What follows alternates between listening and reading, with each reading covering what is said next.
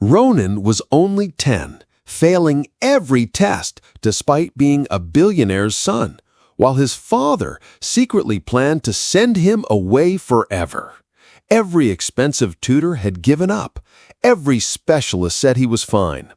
That's when Eliana, their new housekeeper, walked into his room and saw something that made her heart stop. She recognized it immediately because she'd hidden the same devastating secret as a child. What she discovered about Ronan would shatter everything his father believed about his son. And the transformation that followed left everyone speechless. Before we reveal what she discovered, have you ever felt like you were failing someone you love, no matter how hard you tried to help them? What if the answer was right in front of you, but nobody else could see it? If you are enjoying this story, don't forget to hit that subscribe button, like the video, and comment where you are watching from. Your support helps us bring more powerful stories, and trust me, you won't want to miss them. Now, let's continue. Ronan Mitchell sat in the back row of Mrs. Henderson's fourth-grade classroom at Westfield Academy Prep in Beverly Hills, watching his classmates finish their spelling test with the easy confidence he'd never known. The October morning sun streamed through the tall windows, casting golden rectangles across the polished wooden floors, but all Ronan could see was the chaos of letters swimming before his eyes. "Time's up, children. Please pass your papers forward," Mrs. Henderson announced, her voice bright and cheerful. Ronan stared down at his test paper. Half the words were blank. The other half looked like a foreign language, even though he'd studied them for hours last night. The B in rabbit had somehow become a D, and elephant started with an A instead of an E. His stomach churned as he folded the paper, trying to hide the mess from Tyler and Jackson sitting nearby. "Ronan's probably gonna get another F," Tyler whispered, loud enough for half the class to hear. "My dad says his dad could buy the whole school, but he still can't spell cat." Jackson snickered. Maybe he needs to go back to kindergarten with the little kids. Heat rushed to Ronan's cheeks as he quickly passed his paper forward, avoiding eye contact with anyone. Mrs. Henderson collected the tests with her usual smile, but Ronan caught the slight shake of her head when she glanced at his handwriting. He'd seen that look from every teacher, every tutor, every specialist his father had hired over the past 2 years. The dismissal bell rang, and students rushed toward their waiting cars and nannies. Ronan gathered his superhero backpack slowly, watching through the window as his father's black Tesla pulled up to the curb. Oliver Lawson stepped out, checking his Rolex and scanning the crowd of children with the same intensity he used to evaluate business deals. "There's your dad," Tyler said, shouldering his own bag. "Bet he's gonna be real happy about another failed test." Ronan's hands shook as he zipped up his backpack. He could already imagine the conversation, the disappointed sigh, the cold silence during the drive home, and the inevitable lecture about applying himself and living up to his potential. The words never made sense to him. How could he apply himself any harder when the letters refused to stay in their proper places? Outside, Oliver stood beside the Tesla wearing a navy blue suit that probably cost more than most people's cars. His dark hair was perfectly styled, his jawline sharp, and his gray eyes held the kind of intensity that made million-dollar deals happen. At 38, he commanded respect in every boardroom from Los Angeles to New York, but when it came to understanding his struggling son, he felt completely lost. "How was school today?" Oliver asked as Ronan climbed into the passenger seat, his voice carrying that careful neutral tone that meant he was bracing for bad news. "Fine," Ronan mumbled, clicking his seatbelt and staring out the window at the palm trees lining Sunset Boulevard. "Did you get your spelling test back?" "Not yet." Oliver glanced at his son through the rearview mirror as they drove through the winding streets of Beverly Hills. Ronan looked so small in the leather seat, his strawberry blonde hair falling across his forehead, his green eyes avoiding contact. The boy had inherited his mother's delicate features and gentle nature, But Oliver sometimes wondered if he'd also inherited her tendency to give up when things got difficult.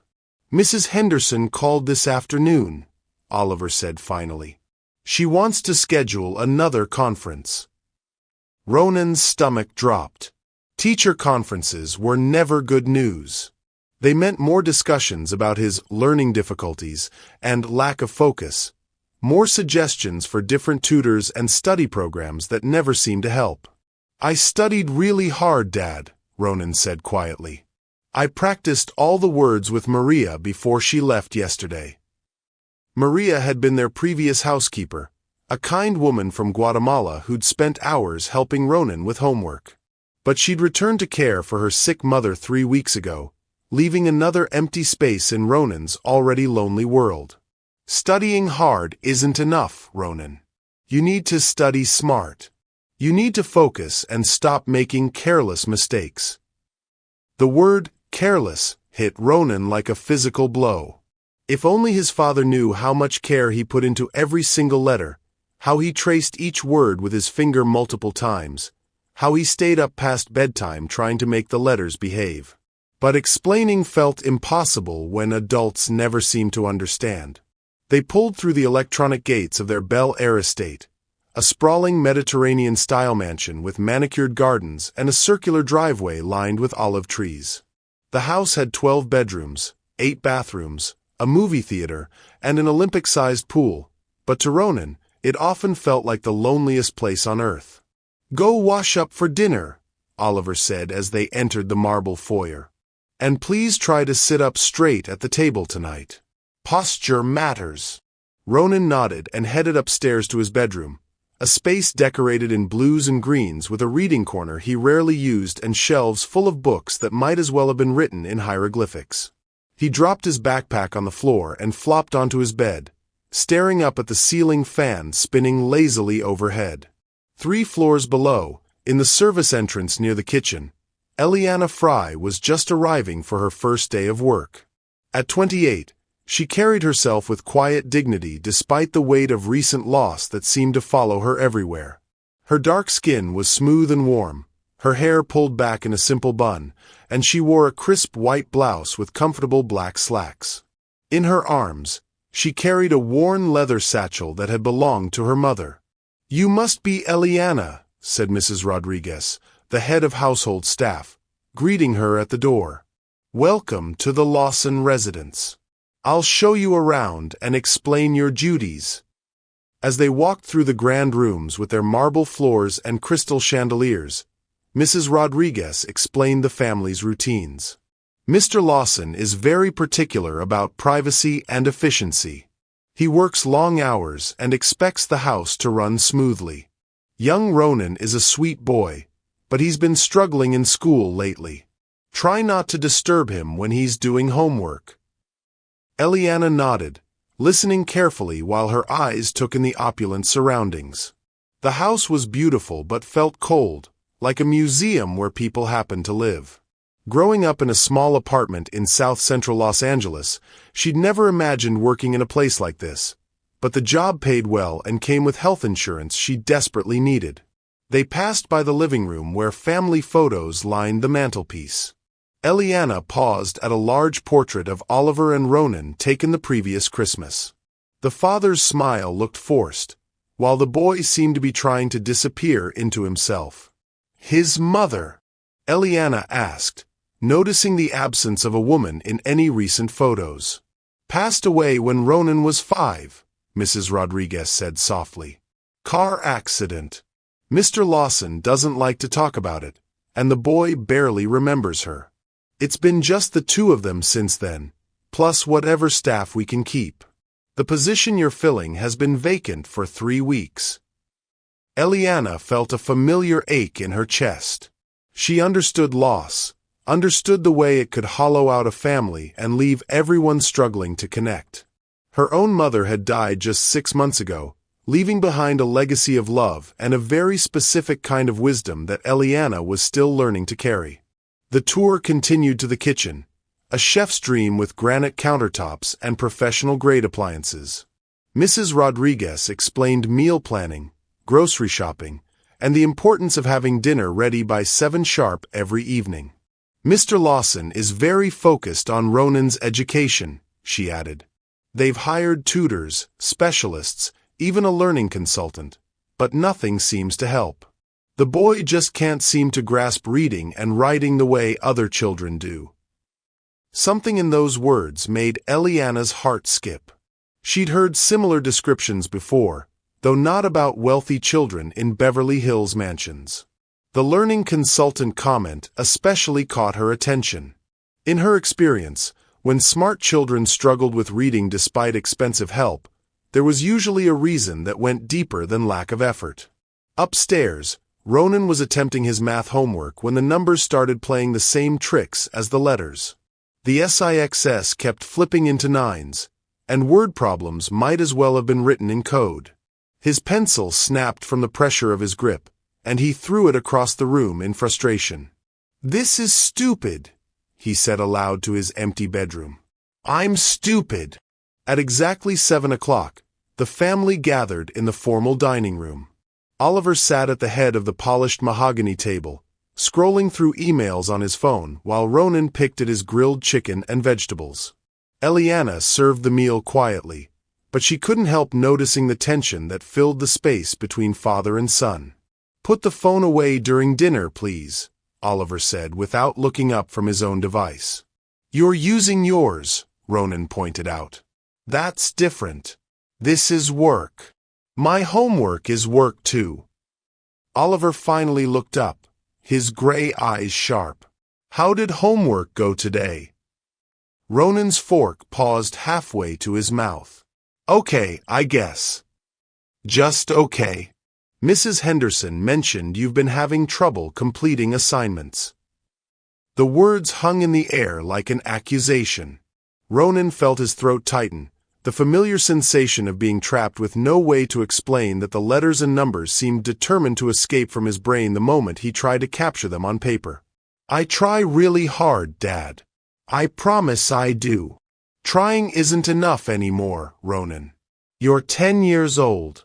Children your age should be reading chapter books, not struggling with basic spelling words."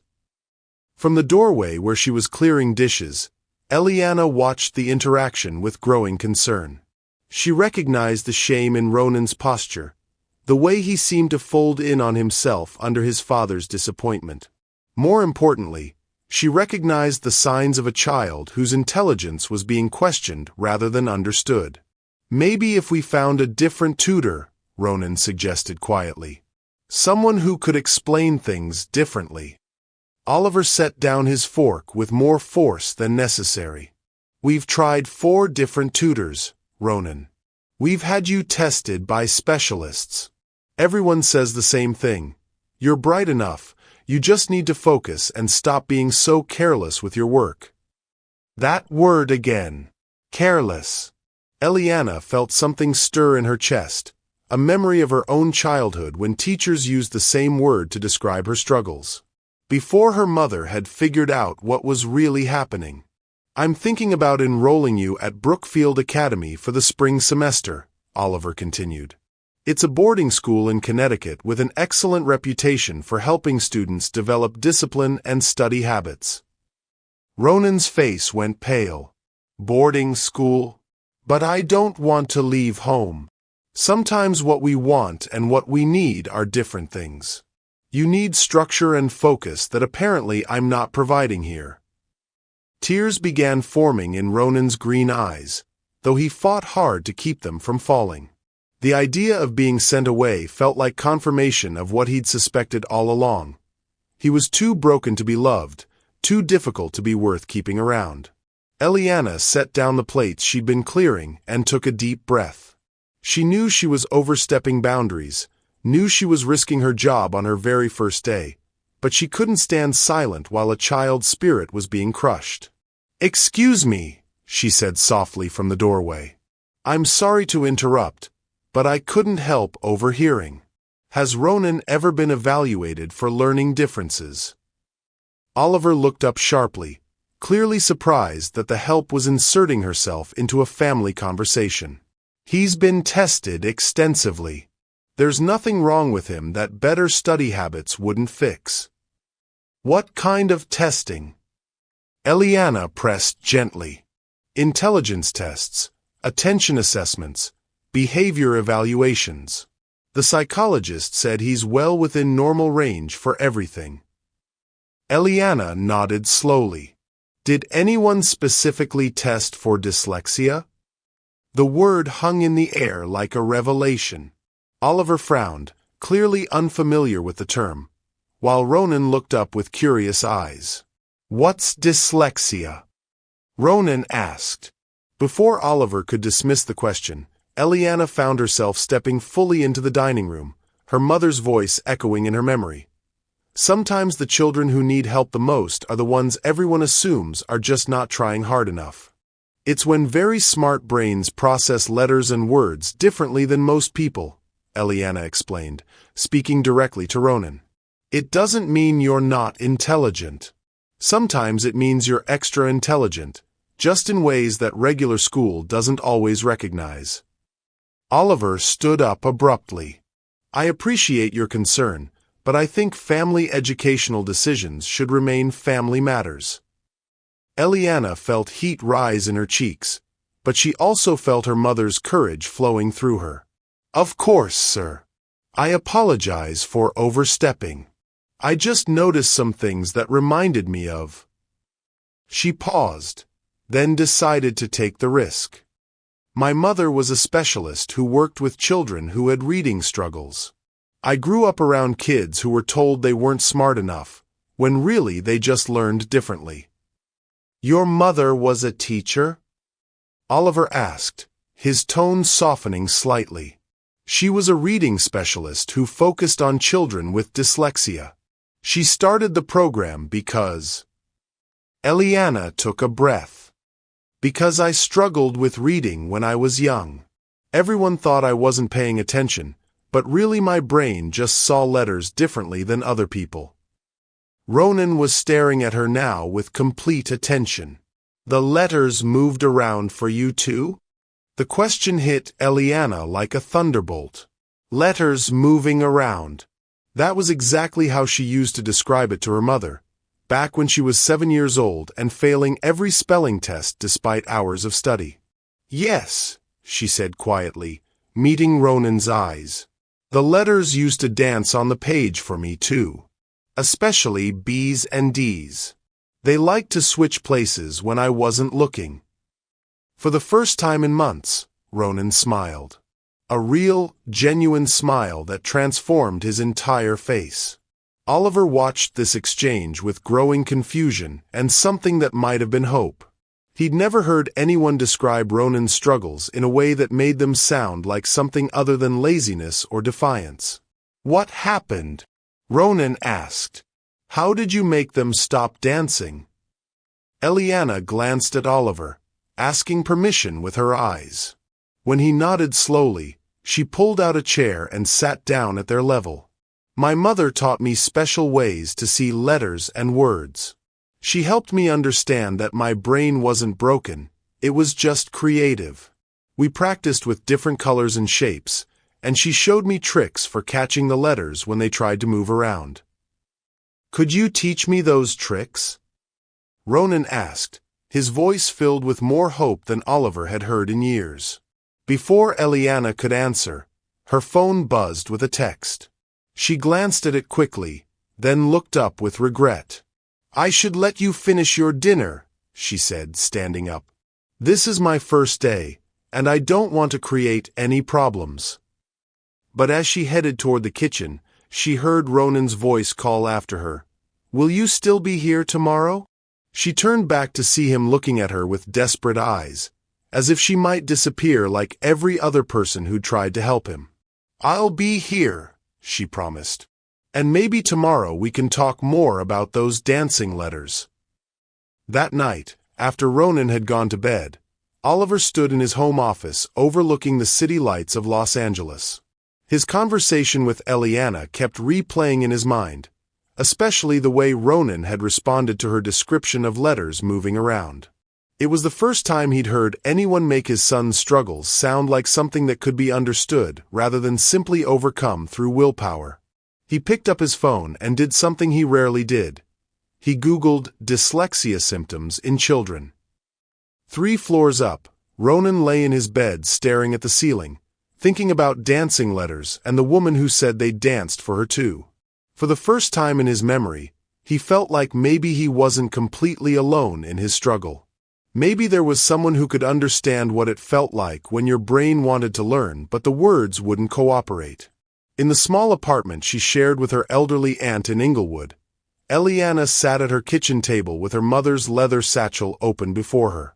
Inside were teaching materials her mother had created over 20 years of working with dyslexic children.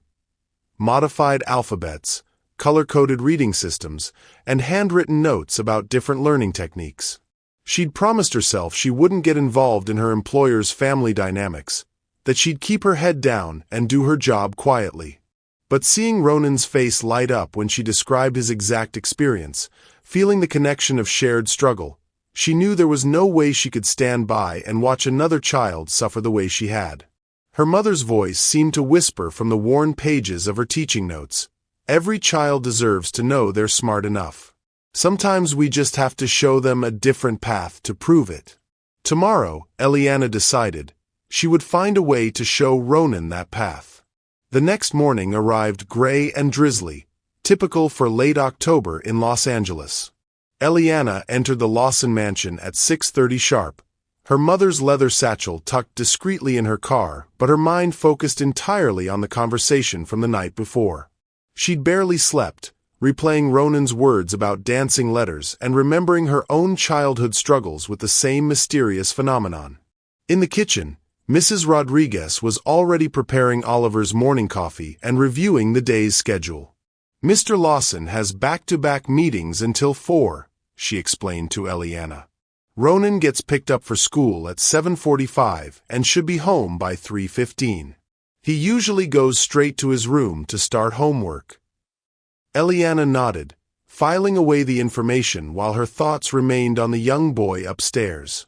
She'd researched dyslexia until 2 in the morning, comparing symptoms with her memories of Ronan's behavior at dinner. The way he'd avoided eye contact when discussing school, the frustration in his voice when he mentioned studying hard, the resigned acceptance when his father talked about boarding school. All of it felt heartbreakingly familiar.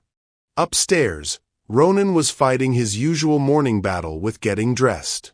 His school uniform hung neatly in his closet: navy blazer, white button-down shirt, gray slacks, and a striped tie that always seemed to mock him with its complicated knots. But this morning felt different. The memory of Eliana's understanding words gave him a tiny spark of hope he hadn't felt in months.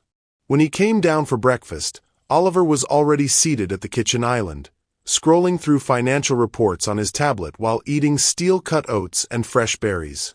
He wore a charcoal suit with a burgundy tie, his hair perfectly styled despite the early hour. "Good morning, buddy," Oliver said, glancing up briefly. "Did you finish your math homework last night?" Ronan's stomach tightened. He'd attempted the problems for over an hour, but the numbers had played their usual tricks. Addition became subtraction without warning, and word problems might as well have been written in ancient Greek. "I tried, but some of the problems were really hard." "Hard how? Show me what you worked on." Reluctantly, Ronan retrieved his homework from his backpack. The pages were covered with eraser marks, crossed-out numbers, and incomplete solutions. His handwriting looked shaky and uneven, nothing like the neat work his classmates produced. Oliver frowned as he examined the papers. "Ronan, these are basic multiplication facts. We've been practicing these for months. Look at this one. 6 times 7. You wrote 35 instead of 42. "I know 6 times 7 is 42, Ronan said quietly. "But when I was writing it down, the numbers got mixed up somehow." "Numbers don't get mixed up, son. You need to slow down and think before you write." From across the kitchen, Eliana watched this exchange while preparing Ronan's lunch. She noticed how the boy's shoulders sagged with each correction, how his breathing became shallow when his father pointed out mistakes. More telling was the homework itself. The errors weren't random. They followed patterns she recognized from her own childhood and from watching her mother work with dozens of struggling students.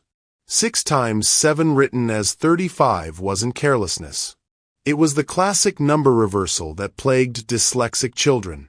The handwriting inconsistencies, the eraser marks, the unfinished problems, all pointed to a brain that processed information differently than traditional teaching methods assumed. After Oliver left for his first meeting and Ronan's driver arrived for school, Eliana found herself alone in the house with Mrs. Rodriguez, who was heading out for grocery shopping. This was her chance to look more closely at Ronan's schoolwork, to confirm what her instincts were telling her. She went to Ronan's room, a space that told its own story of academic struggle. His desk was covered with crumpled papers, broken pencils, and textbooks that looked barely used.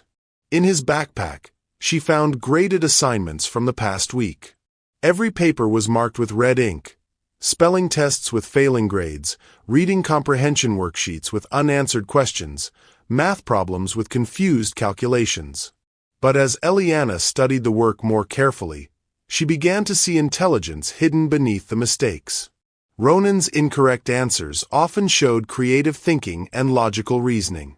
When asked to write about his favorite animal, he'd chosen a dolphin and described their echolocation abilities in sophisticated terms, despite spelling most words incorrectly. His math errors followed consistent patterns that suggested systematic confusion rather than lack of understanding. Most revealing was a writing sample from 2 weeks ago. The assignment had been to describe a perfect day, and Ronan had written about going to the California Science Center with his father. The content was imaginative and detailed, full of scientific curiosity and emotional depth. But nearly every word containing B or D was spelled incorrectly, and his sentences wandered across the page in uneven lines. Eliana sat on Ronan's bed, holding the writing sample, and felt tears gathering in her eyes. She remembered her own 4th-grade writing assignments, remembered the shame of knowing exactly what she wanted to say but being unable to make the letters cooperate. Her mother had kept some of those early papers, evidence of a bright mind trapped behind a learning difference that nobody understood. The sound of the front door opening interrupted her thoughts. She quickly returned Ronan's papers to his backpack and went downstairs, expecting Mrs. Rodriguez returning from shopping. Instead, she found Ronan himself, looking pale and upset. "What are you doing home so early?" Eliana asked, glancing at the clock. It was only 11:30. "I threw up in class," Ronan said, though he looked more embarrassed than sick. "The nurse called my dad, but he was in meetings, so they called a car to bring me home." Eliana suspected the illness might be more emotional than physical. "Are you feeling better now?" Ronan shrugged and headed toward the stairs. "I have homework to catch up on. Mrs. Henderson gave me extra worksheets since I missed the rest of math class." "Wait," Eliana called gently. "Maybe you should rest for a bit first. You just got sick." "I can't rest. If I don't finish these worksheets, I'll get even further behind." The desperation in his voice broke Eliana's heart. She made a decision that would change both their lives. "Ronan, can I ask you something? When you're doing homework, what happens in your brain when you look at the letters and numbers?" He stopped halfway up the stairs and turned around, his green eyes wide with surprise. Nobody had ever asked him that question before. "It's like they're alive," he said slowly. "The letters want to move around, and the numbers switch places when I'm not looking hard enough.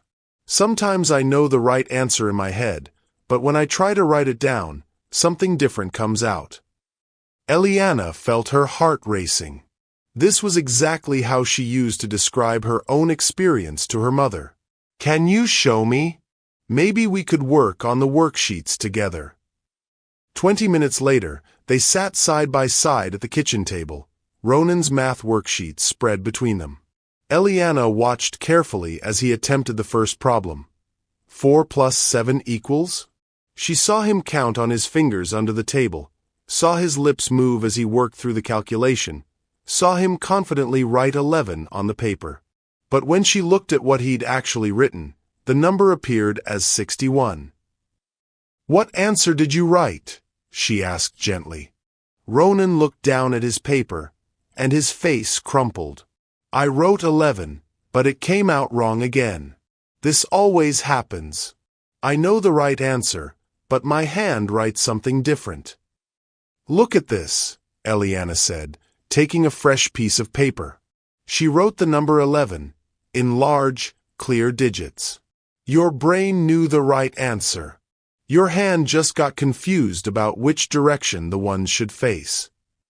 She showed him how the two ones in 11 could easily be miswritten as 6 and 1 if the pen moved in slightly different directions. For the first time, Ronan saw his mistake as something logical rather than evidence of his stupidity.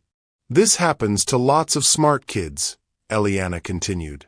"Their brains work so fast that their hands can't keep up, and sometimes the information gets scrambled on the way from brain to paper." "Really?" Ronan's voice was barely a whisper. "Other kids have this problem too?" "Absolutely.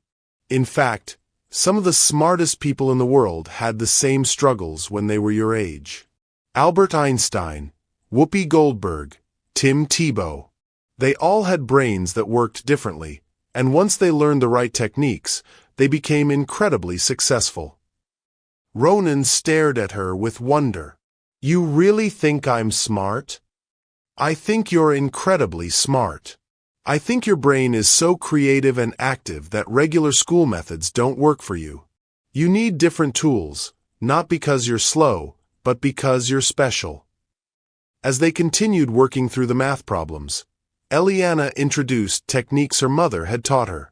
She showed Ronan how to use colored pencils to make numbers more distinct, how to trace letters in the air before writing them, how to cover part of the page to reduce visual distractions.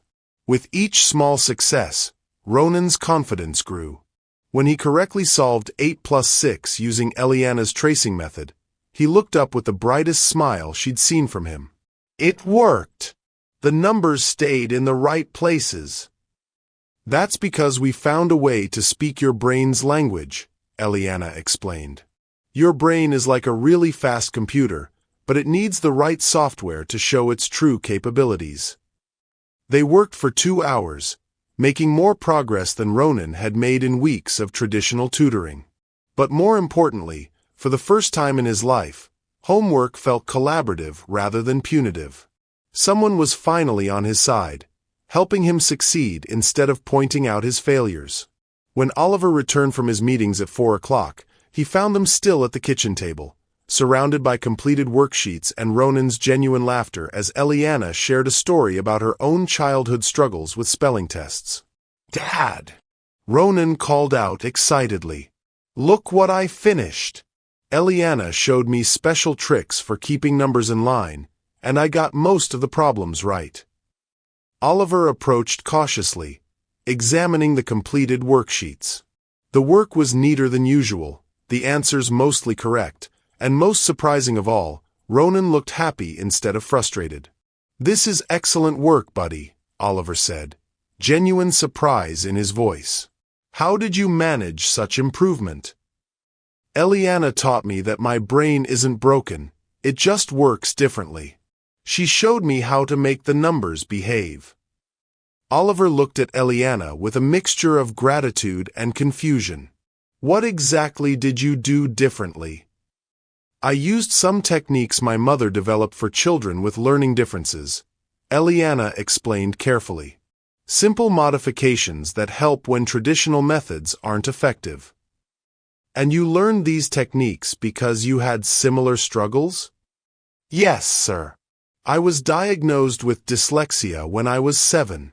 My mother spent years developing ways to help children like me succeed academically." Oliver was quiet for a long moment, studying his son's proud face, and the evidence of genuine progress spread across the table. Everything he'd been told about Ronan needing more discipline and focus suddenly seemed inadequate compared to what he was witnessing. "Eliana," he said finally, "would you be willing to share more of these techniques? If they're helping Ronan this much in just one afternoon." "I would be honored to help," Eliana replied. "But I think Ronan should also be properly evaluated by a specialist who understands dyslexia. What we accomplished today is just the beginning." That evening, after Ronan had gone to bed clutching his completed homework like a trophy, Oliver sat in his office researching dyslexia evaluations in Los Angeles. For the first time in years, he felt hope that his son's struggles might have a name, a cause, and most importantly, a solution. In her small apartment, Eliana spread her mother's teaching materials across her kitchen table, planning lessons that could unlock Ronan's potential. She thought about her mother's words, "Every child has genius inside them. Sometimes we just need to find the right key." Tomorrow, she would begin showing Ronan that he wasn't broken. He was extraordinary. The next 3 days passed like a carefully choreographed dance between hope and reality. Each afternoon when Ronan returned from Westfield Academy, he would rush to find Eliana, his eyes bright with anticipation for their homework sessions. And each morning, he would leave for school with renewed confidence, only to return deflated by another day of traditional teaching methods that left him feeling stupid and confused. On Thursday afternoon, Ronan burst through the front door looking particularly upset. His backpack hit the marble floor with unusual force, and his school blazer was wrinkled as if he'd been pulling at it all day. "Rough day?" Eliana asked gently, looking up from where she was organizing the pantry.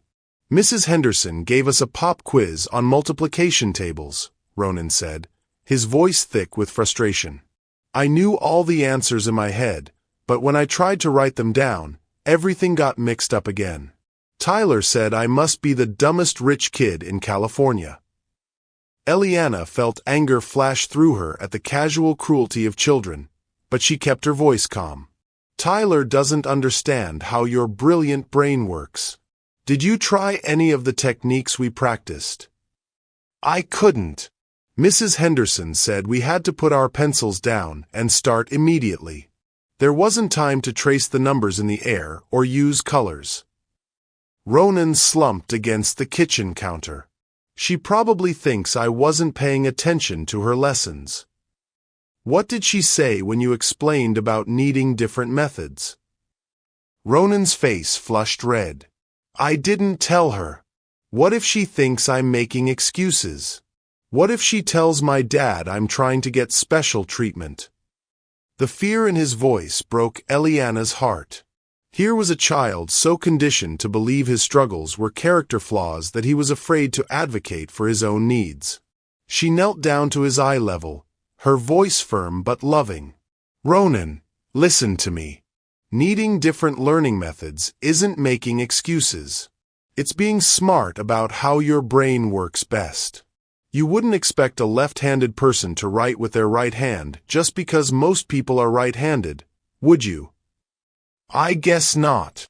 Your brain is left-handed when it comes to reading and writing. It needs different tools, but that doesn't make it less capable. In fact, dyslexic brains are often more creative and better at solving complex problems than typical brains." Ronan's eyes widened. "Really? Really? But I think we need to talk to your dad about getting you properly tested and maybe speaking with your teachers about accommodations." The hope drained from Ronan's face. "Dad's been really busy this week. He has that big merger happening, and he's been working until midnight every night. I don't want to bother him with more problems." Eliana recognized the pattern. Oliver had indeed been consumed with work since their breakthrough session on Tuesday. He'd left early each morning and returned after Ronan's bedtime, leaving only brief notes about dinner preferences and scheduling. The momentum they'd built was slipping away under the weight of daily routines and competing priorities. "Your education isn't a problem to bother him with," Eliana said carefully. It's the most important thing in your life right now. But what if he decides I'm too much trouble? What if he still sends me to boarding school? The raw vulnerability in that question made Eliana's decision for her. She couldn't wait for perfect timing or proper procedures. This child needed help immediately, before his spirit was completely crushed by a system that didn't understand him. "How about this?" she said, making a choice that could cost her job. "What if we continue working together every day after school, just you and me? We can use my mother's special techniques to help you get stronger at reading and writing. Then, when you're feeling more confident, we can show your dad how much progress you've made." Ronan's whole face lit up. "You would do that, even though it's not really your job." "Helping smart kids discover their potential is always my job," Eliana said, echoing words her mother used to say. "But this has to be our secret for now, okay? Just until we're ready to show everyone how amazing you really are." That evening, after Oliver returned from another late meeting, Eliana approached him carefully. He was in the kitchen, reheating leftover pasta and scrolling through emails on his phone, looking exhausted and tense. "Mr. Lawson, I wanted to follow up on our conversation about Ronan's learning evaluation." Oliver looked up, his expression distracted. "Right, yes. I've been meaning to research that. This Peterson Industries merger has been consuming all my time, but I'll get to it soon. I could help with the research if you'd like. I know several excellent specialists in the Los Angeles area who work specifically with dyslexic children." "That's thoughtful of you, but I prefer to handle educational decisions myself." His tone was polite but firm. "I appreciate your concern, but Ronan's schooling is a family matter." Eliana felt the door closing on official help, but she pressed on gently. "Of course. I just think the sooner he gets proper support, the better his confidence will be." "Confidence comes from achievement," Oliver said, his business mindset taking over. "Once Ronan starts applying himself and seeing better grades, his confidence will improve naturally." The fundamental misunderstanding in that statement made Eliana want to scream. Oliver was a brilliant businessman who could see market trends and investment opportunities with laser precision, but he was completely blind to his own son's learning difference. To him, Ronan's struggles were a motivation problem, not a neurological reality. "With respect, sir, sometimes children need different approaches to achieve success. What looks like not applying himself might actually be a bright child struggling with methods that don't match how his brain learns." Oliver set down his phone and looked at her directly for the first time in the conversation. "Eliana, I know you mean well, but I've consulted with educational professionals. Ronan has been tested. There's nothing clinically wrong with him that better study habits and discipline won't solve." "But what if the tests didn't look for the right things? What if?" "I think we should leave educational philosophy to the experts," Oliver interrupted, his voice taking on the authoritative tone he used in boardrooms. "Your job is household management, not academic consulting." The words stung, but they also crystallized Eliana's resolve. If Oliver wasn't ready to hear the truth about his son's needs, she would have to help Ronan build the skills and confidence to advocate for himself. It meant operating in secret, risking her employment, but the alternative was watching a brilliant child lose faith in his own intelligence. "Of course, sir. I apologize for overstepping." "No need to apologize. I appreciate your care for Ronan's well-being. Just remember that good intentions can sometimes create confusion when they conflict with established plans." That night, Eliana sat in her apartment with her mother's teaching materials spread across her small dining table. She selected the resources that would be most helpful for Ronan's specific challenges. Modified alphabet cards with subtle shape differences, color-coded reading exercises, and math manipulatives that made abstract numbers concrete and manageable. She also pulled out her mother's journal, filled with observations about different students and what techniques worked best for various types of learning differences. Reading her mother's careful notes about patience, creativity, and the importance of building confidence before pushing academic skills, Eliana felt both inspired and anxious about the path ahead. Her phone buzzed with a text from her aunt. "How's the new job going? You've been working late every night this week." Eliana stared at the message, unsure how to explain that she was about to risk everything for a child she'd known less than a week. But when she thought about Ronan's face lighting up when the numbers finally made sense, when she remembered his question about whether other kids had the same struggles, she knew there was no other choice. She texted back, "It's challenging but important work. I think I can really make a difference here." The next morning, Friday, brought unseasonably warm weather to Los Angeles. Ronan left for school wearing a bright blue polo shirt and khaki pants, his confidence boosted by their secret afternoon sessions but still fragile in the face of daily classroom challenges. At Westfield Academy, Mrs. Henderson announced a surprise reading comprehension test. As she distributed the packets, Ronan felt his stomach clench with familiar dread. The pages were dense with small print, the paragraphs seeming to swim before his eyes even before he started reading. "You have 30 minutes to read the passage and answer the questions below," Mrs. Henderson announced. "Begin when you're ready." Ronan looked around the classroom, watching his classmates dive confidently into their packets while he struggled to focus on the first sentence. The words seemed to shift and blur, sentences running together in ways that made no sense. He tried the breathing technique Eliana had taught him, tried to hear her encouraging voice in his head, but the traditional testing format left no room for the accommodations that had been helping him succeed. 20 minutes later, he had barely finished reading the passage, let alone answered any questions. He watched Tyler finish his entire test and start doodling on his desk. Jackson raised his hand to ask for extra paper, apparently writing extensive answers while Ronan sat paralyzed by confusion. When Mrs. Henderson called time, Ronan's paper was mostly blank. He folded it quickly, shame burning in his cheeks, and handed it forward with the same sinking feeling that had become his constant companion at school. During lunch, Tyler approached him at his usual lonely table near the windows. "How do you think you did on the reading test, Ronan?" "Fine," Ronan mumbled, not looking up from his sandwich. "My dad says your dad is thinking about sending you to boarding school. Is that because you can't keep up with regular school?" The words hit like physical blows. Ronan's appetite disappeared completely. "I can keep up just fine." "Then why do you fail every test?" "My mom says some kids just aren't as smart as others, and that's okay, but they shouldn't hold back the kids who are actually good at school." Jackson joined them, sliding his lunch tray onto the table. "My dad says maybe your dad should hire you a full-time tutor instead of sending you away. That way you could get special help without embarrassing the family."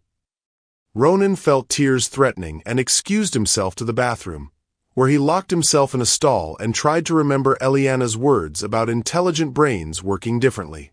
But surrounded by evidence of his daily failures, her encouragement felt like kind lies told to make him feel better about being fundamentally broken. When he got home that afternoon, Eliana immediately noticed his defeated posture and red-rimmed eyes. "Tough day?" she asked, setting aside the laundry she'd been folding. "The worst," Ronan said, dropping his backpack and collapsing into a kitchen chair. "I failed another test, and the kids are saying Dad wants to send me away because I'm too stupid for regular school." Eliana felt protective fury rise in her chest, but she kept her voice gentle.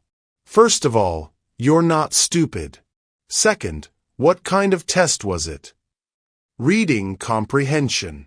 "But Eliana, I couldn't even understand the passage.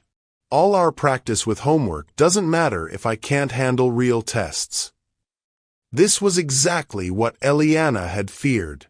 The techniques they'd been practicing were helping Ronan with take-home assignments, but they couldn't address the fundamental issue of classroom accommodations and proper dyslexia support.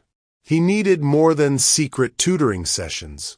He needed systemic changes that only official recognition of his learning difference could provide.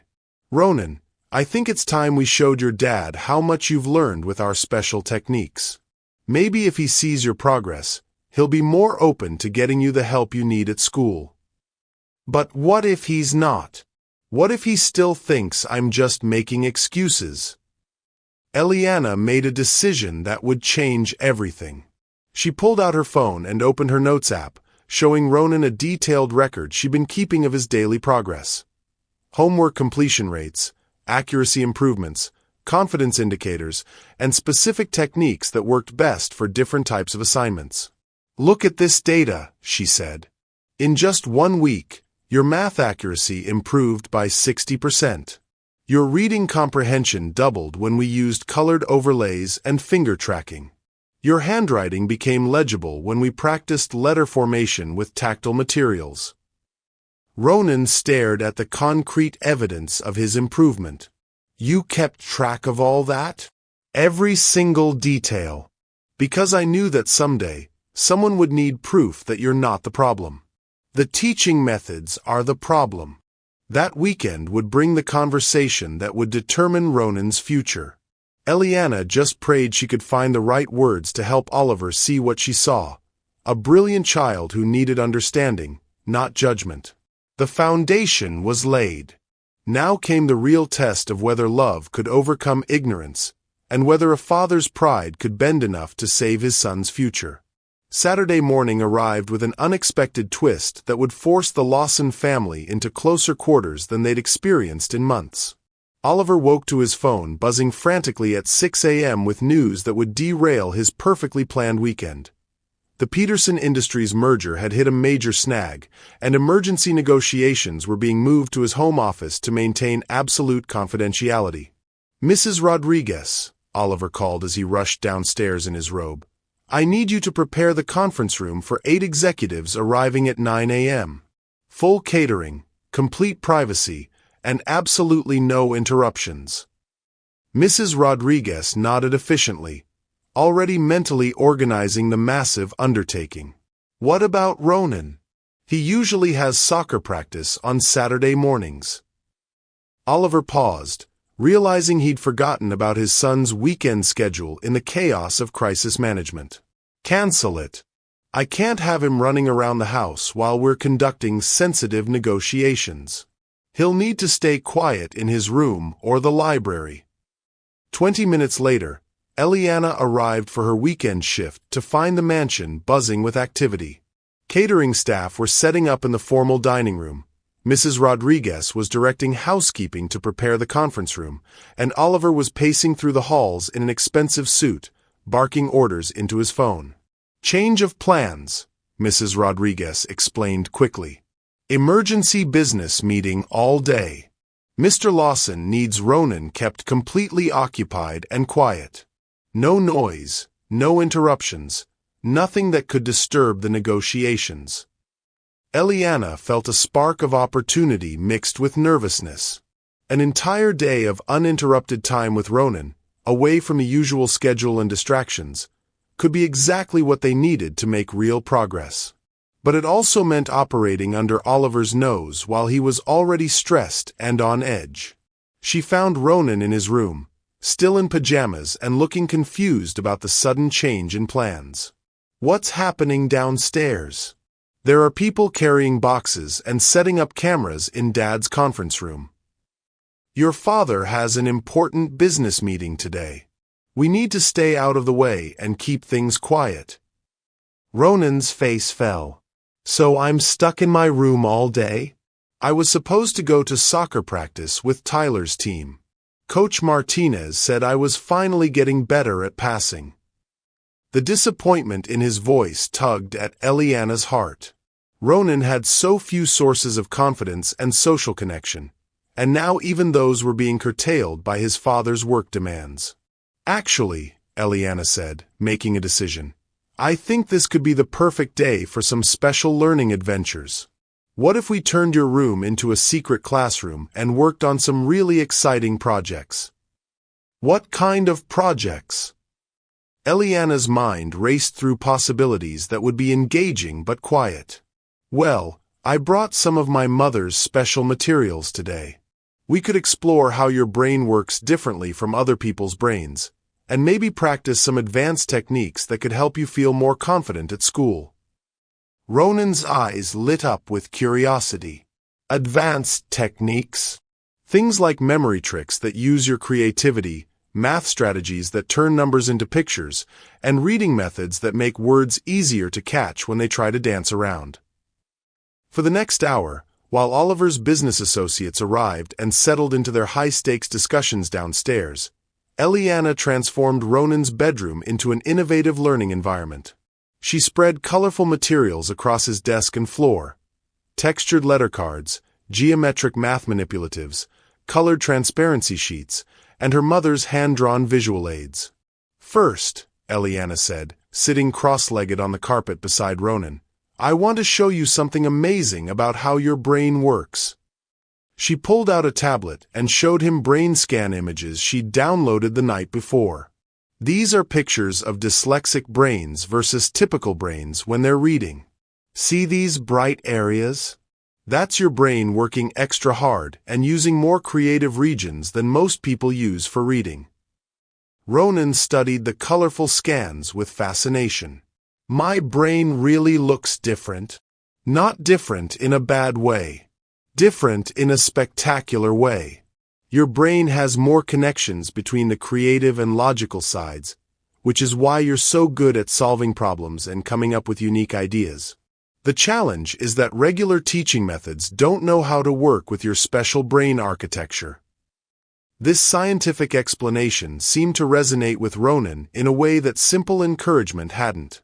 He'd always been curious about how things worked, and understanding his learning struggles as a fascinating neurological difference rather than a character flaw was revolutionary.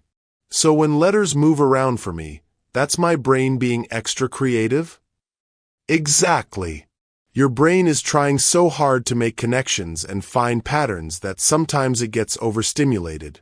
That's why we need to give it specific tools to channel all that mental energy productively. They spent the next 2 hours exploring techniques that felt more like games than schoolwork. Eliana showed Ronan how to use colored overlays to reduce visual stress while reading, how to create mental movies to remember spelling patterns, and how to use his whole body to practice letter formation through large arm movements. The breakthrough came when they worked on math word problems, historically Ronan's greatest source of frustration. Instead of trying to process the text linearly, Eliana taught him to identify key numbers and operation words first, then build the problem like a puzzle. "Look at this problem," she said, pointing to a worksheet. "Jenny has 24 stickers. She gives away 9 stickers to her friends and buys 15 more. How many stickers does she have now?" Following their new method, Ronan circled the numbers 24, 9, and 15, then underlined "gives away" and "buys more." Within minutes, he'd correctly identified this as subtraction followed by addition and solved it accurately. "I got it right," he exclaimed, then quickly lowered his voice, remembering the need for quiet. "You didn't just get it right," Eliana said proudly. "You understood the strategy. That's much more important than getting one problem correct." Their celebration was interrupted by raised voices from downstairs. Oliver's business meeting was clearly not going smoothly, and the tension was carrying throughout the house. "Should we check on Dad?" Ronan asked, worry creeping into his voice. "I think he needs to focus on his work right now. But you know what?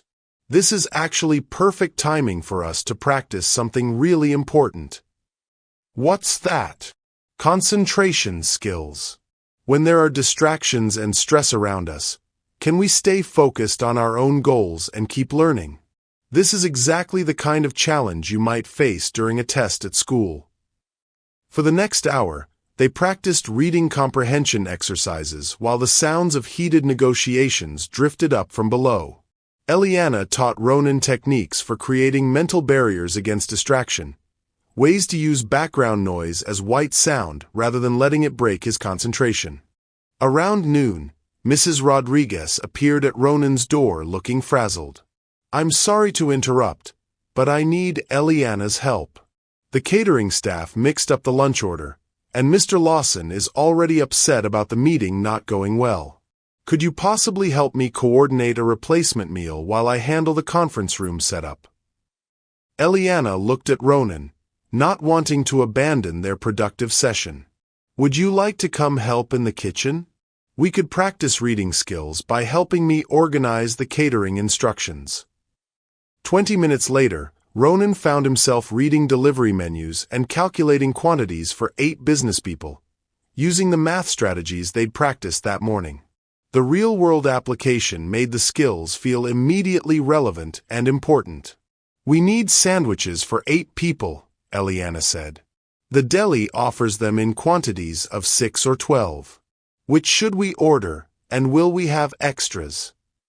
Ronan worked through the problem systematically, using the visualization techniques they'd practiced.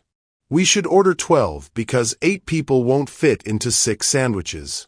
That means we'll have 4 extra sandwiches." Perfect reasoning. "And what if we wanted to add drinks?" "Each person needs 1 drink, so that's 8 drinks total." As they worked together to solve the catering crisis, Ronan's confidence grew exponentially. He was using academic skills to handle a real problem, and adults were depending on his calculations. The math that had seemed impossible in classroom worksheets suddenly made perfect sense when applied to concrete situations. Their problem-solving session was interrupted by Oliver appearing in the kitchen, his face tense and his tie loosened from stress. "How's the lunch situation?" he asked Mrs. Rodriguez curtly. "All handled," she replied. "Eliana and Ronan helped me work out the quantities and place the order. It should arrive within 30 minutes." Oliver glanced at his son with surprise. "Ronan helped with calculations?" "He figured out the sandwich quantities and drink numbers perfectly," Eliana said. "He's been practicing some new math strategies today." "Math strategies?" Oliver's attention was momentarily pulled from his business crisis. "What kind of strategies?" Ronan looked up at his father, a spark of pride replacing his usual anxious expression when discussing schoolwork. "Eliana taught me how to find the important numbers first, then figure out what operations to use. It's like solving a puzzle instead of just guessing." Oliver stared at his son, seeing a confidence and enthusiasm about academic work that he hadn't witnessed in years. "Show me." Eliana quickly grabbed a piece of paper and wrote a simple word problem. A bakery makes 48 muffins in the morning and 36 muffins in the afternoon. If they sell 67 muffins during the day, how many muffins do they have left? She handed the paper to Ronan, who immediately began applying their systematic approach. He circled the key numbers, identified the operations needed, and solved the problem correctly within 2 minutes. "That's excellent work, buddy," Oliver said, genuine surprise in his voice. "When did you learn to break down word problems like that?" "Eliana's been teaching me special techniques for how my brain works best," Ronan said. "She says my brain is like a really fast computer that just needs the right software." Oliver looked at Eliana with new interest. "These are the methods you mentioned earlier this week?" "Some of them, yes." Ronan responds particularly well to visual and kinesthetic learning approaches. When we match the teaching method to how his brain processes information, his comprehension improves dramatically. Before Oliver could respond, his phone rang with an urgent call from the conference room. "We'll continue this conversation later," he said, heading back to his meeting. "But Ronan, I'm proud of you for working so hard on new strategies." After Oliver left, Ronan turned to Eliana with excitement. "Did you see his face?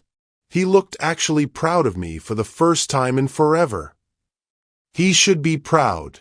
You've been working incredibly hard, and you're making amazing progress. Do you think this means he won't send me to boarding school?" Eliana felt the weight of responsibility settling on her shoulders. The progress they'd made today was real and significant, but it was also just the beginning of what Ronan would need to succeed academically. More importantly, Oliver's brief moment of pride could easily disappear if he didn't understand the systematic support his son required. "I think your dad is starting to see how capable you are," she said carefully. "But we need to keep working together to show him that your struggles aren't about being lazy or unfocused. They're about needing teaching methods that match your learning style." The afternoon stretched ahead of them, full of potential for deeper breakthroughs and growing understanding. But downstairs, Oliver's business meeting continued to deteriorate, and his stress levels were rising with each failed negotiation point. By evening, one crisis or the other would reach a breaking point.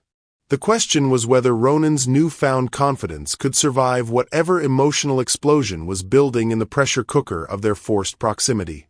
The day that had started as an inconvenience was becoming a catalyst for change, but change in the Lawson household had never come without a fight. By 4 o'clock, the emergency business meeting had devolved into barely controlled chaos. Oliver's voice carried through the mansion's halls as he fought to salvage the Peterson Industries merger, his usual diplomatic tone replaced by sharp frustration.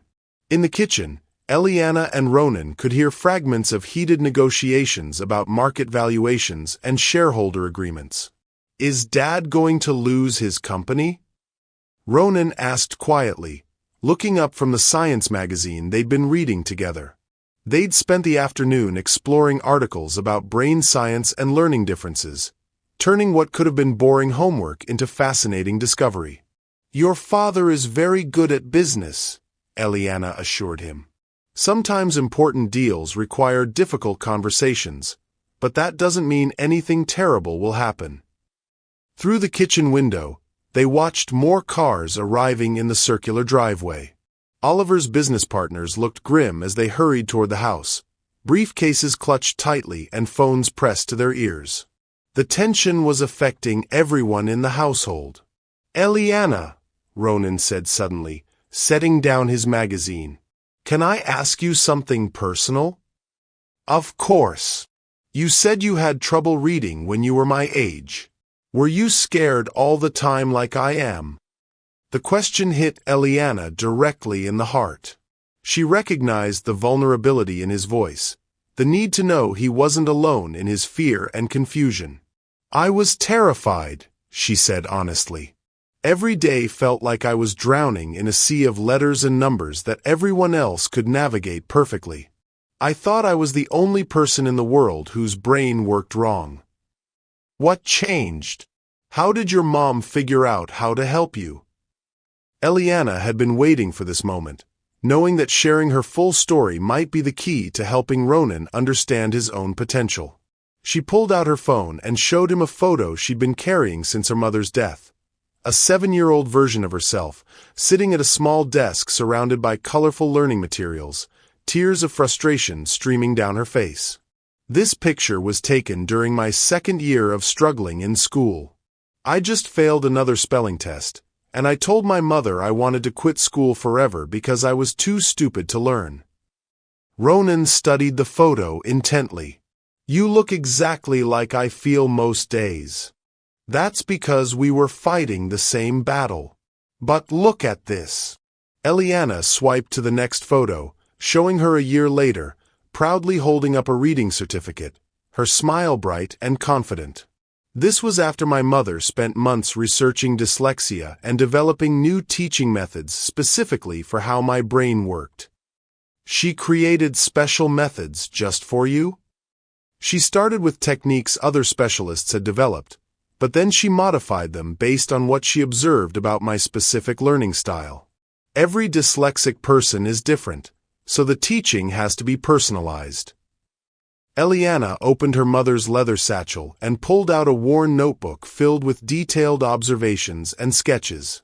"This is her journal from when she was learning to help me. Look at these notes." Ronan leaned in close as Eliana read aloud. "Day 15. Eliana still reverses B and D consistently, but today she correctly identified them when I made the letters three-dimensional using clay. Tactile learning may be her strongest pathway. Note: try sandpaper letters tomorrow. She wrote down everything that worked. Everything.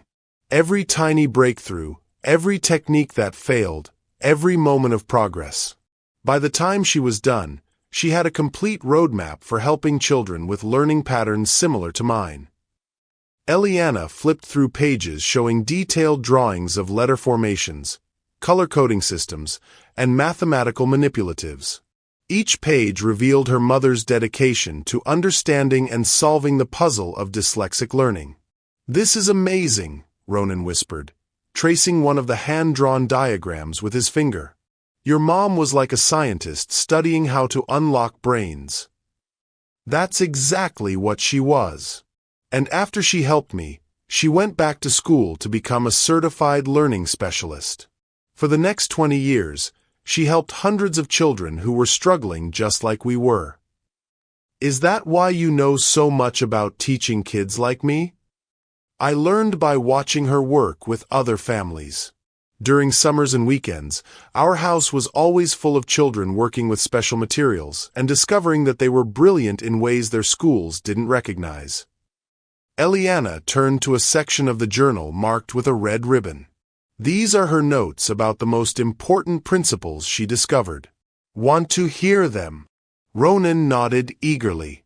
First principle: never start where the child should be according to their age or grade level.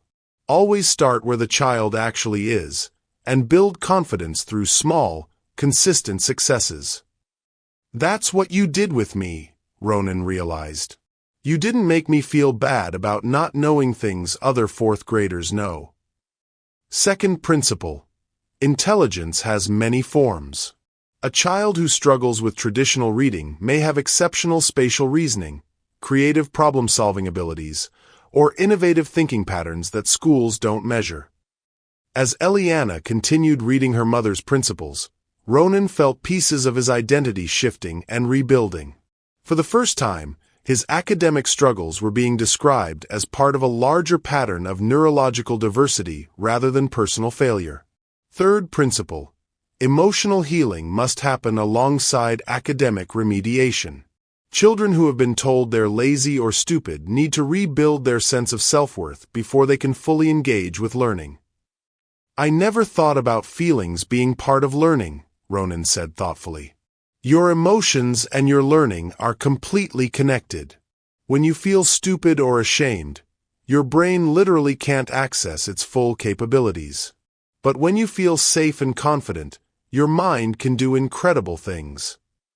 Their conversation was interrupted by shouting from the conference room. Oliver's voice rose above the others, clearly furious about something that had gone wrong with the negotiations. Maybe we should take a break, Eliana suggested, not wanting Ronan to absorb the negative energy radiating through the house. No, please keep reading. I want to hear more about your mom's discoveries. Eliana continued with her mother's most powerful observation. Fourth principle: every learning difference comes with hidden gifts. Dyslexic children often become exceptional leaders, artists, entrepreneurs, and innovators because their brains naturally think outside conventional patterns. Really? Kids like us become leaders. Richard Branson, the founder of Virgin Airlines, is dyslexic. So is Steven Spielberg, the movie director. Tim Tebow, the football player. Barbara Corcoran from Shark Tank. Whoopi Goldberg. The list goes on and on. Ronan's eyes widened with wonder. They all had trouble reading when they were kids. Most of them struggled terribly in school, but they learned to use their different thinking patterns as superpowers instead of seeing them as disabilities. What kind of superpowers? Eliana flipped to a page where her mother had drawn a diagram comparing typical brain patterns to dyslexic brain patterns. Dyslexic brains are often better at seeing the big picture instead of getting lost in details. They're more creative, better at problem solving, and excellent at understanding how different ideas connect to each other. Is that why the math word problems made sense when I could see the whole pattern? Exactly. Your brain naturally wants to understand systems and relationships, not just memorize isolated facts. The sound of car doors slamming outside indicated that Oliver's business meeting was breaking up. Through the window, they could see his associates walking briskly to their vehicles, their body language suggesting the negotiations had not ended well. I should probably put these materials away before your father comes in, Eliana said, beginning to gather her mother's journals and teaching aids. Wait, Ronan said urgently. There's something I need to tell you first. Eliana paused, hearing the serious tone in his voice. Last night, I heard Dad on the phone with Brookfield Academy. He wasn't just thinking about sending me to boarding school. He already put down a deposit. I'm supposed to start there in January. The news hit Eliana like a physical blow. January was only 10 weeks away, barely enough time to demonstrate the progress Ronan was capable of making with proper support. Are you sure that's what you heard? He said something about structured environment, and removing distractions, and final opportunity for academic improvement. He gave them his credit card number. Eliana felt panic rising in her chest. All their breakthrough work would be meaningless if Ronan was shipped off to an institution that probably knew nothing about dyslexia-friendly teaching methods. Boarding schools like Brookfield were typically focused on discipline and conformity, exactly the opposite of what Ronan needed. Ronan, this changes everything. We need to show your father your progress immediately, not wait for the perfect moment. But what if he doesn't believe the techniques really work? What if he thinks you're just being nice to me? Before Eliana could answer, Oliver appeared in the kitchen doorway. His face was flushed with anger, his expensive suit wrinkled from the long day, and his usually perfect hair disheveled from running his hands through it in frustration. The Peterson deal is dead, he announced to no one in particular. 6 months of work destroyed because their board decided to pursue a hostile takeover instead of a merger. He slumped into a kitchen chair, suddenly looking older than his 38 years. I'm sorry you had to listen to all that chaos today. Business can be unpredictable. Eliana exchanged a quick glance with Ronan, recognizing this as possibly their only chance to address the boarding school situation, while Oliver's defenses were down from his professional disappointment. Mr. Lawson, she said carefully, could we talk about Ronan's academic progress? He's made some remarkable breakthroughs today that I think you should see. Oliver looked up, his business frustration momentarily forgotten.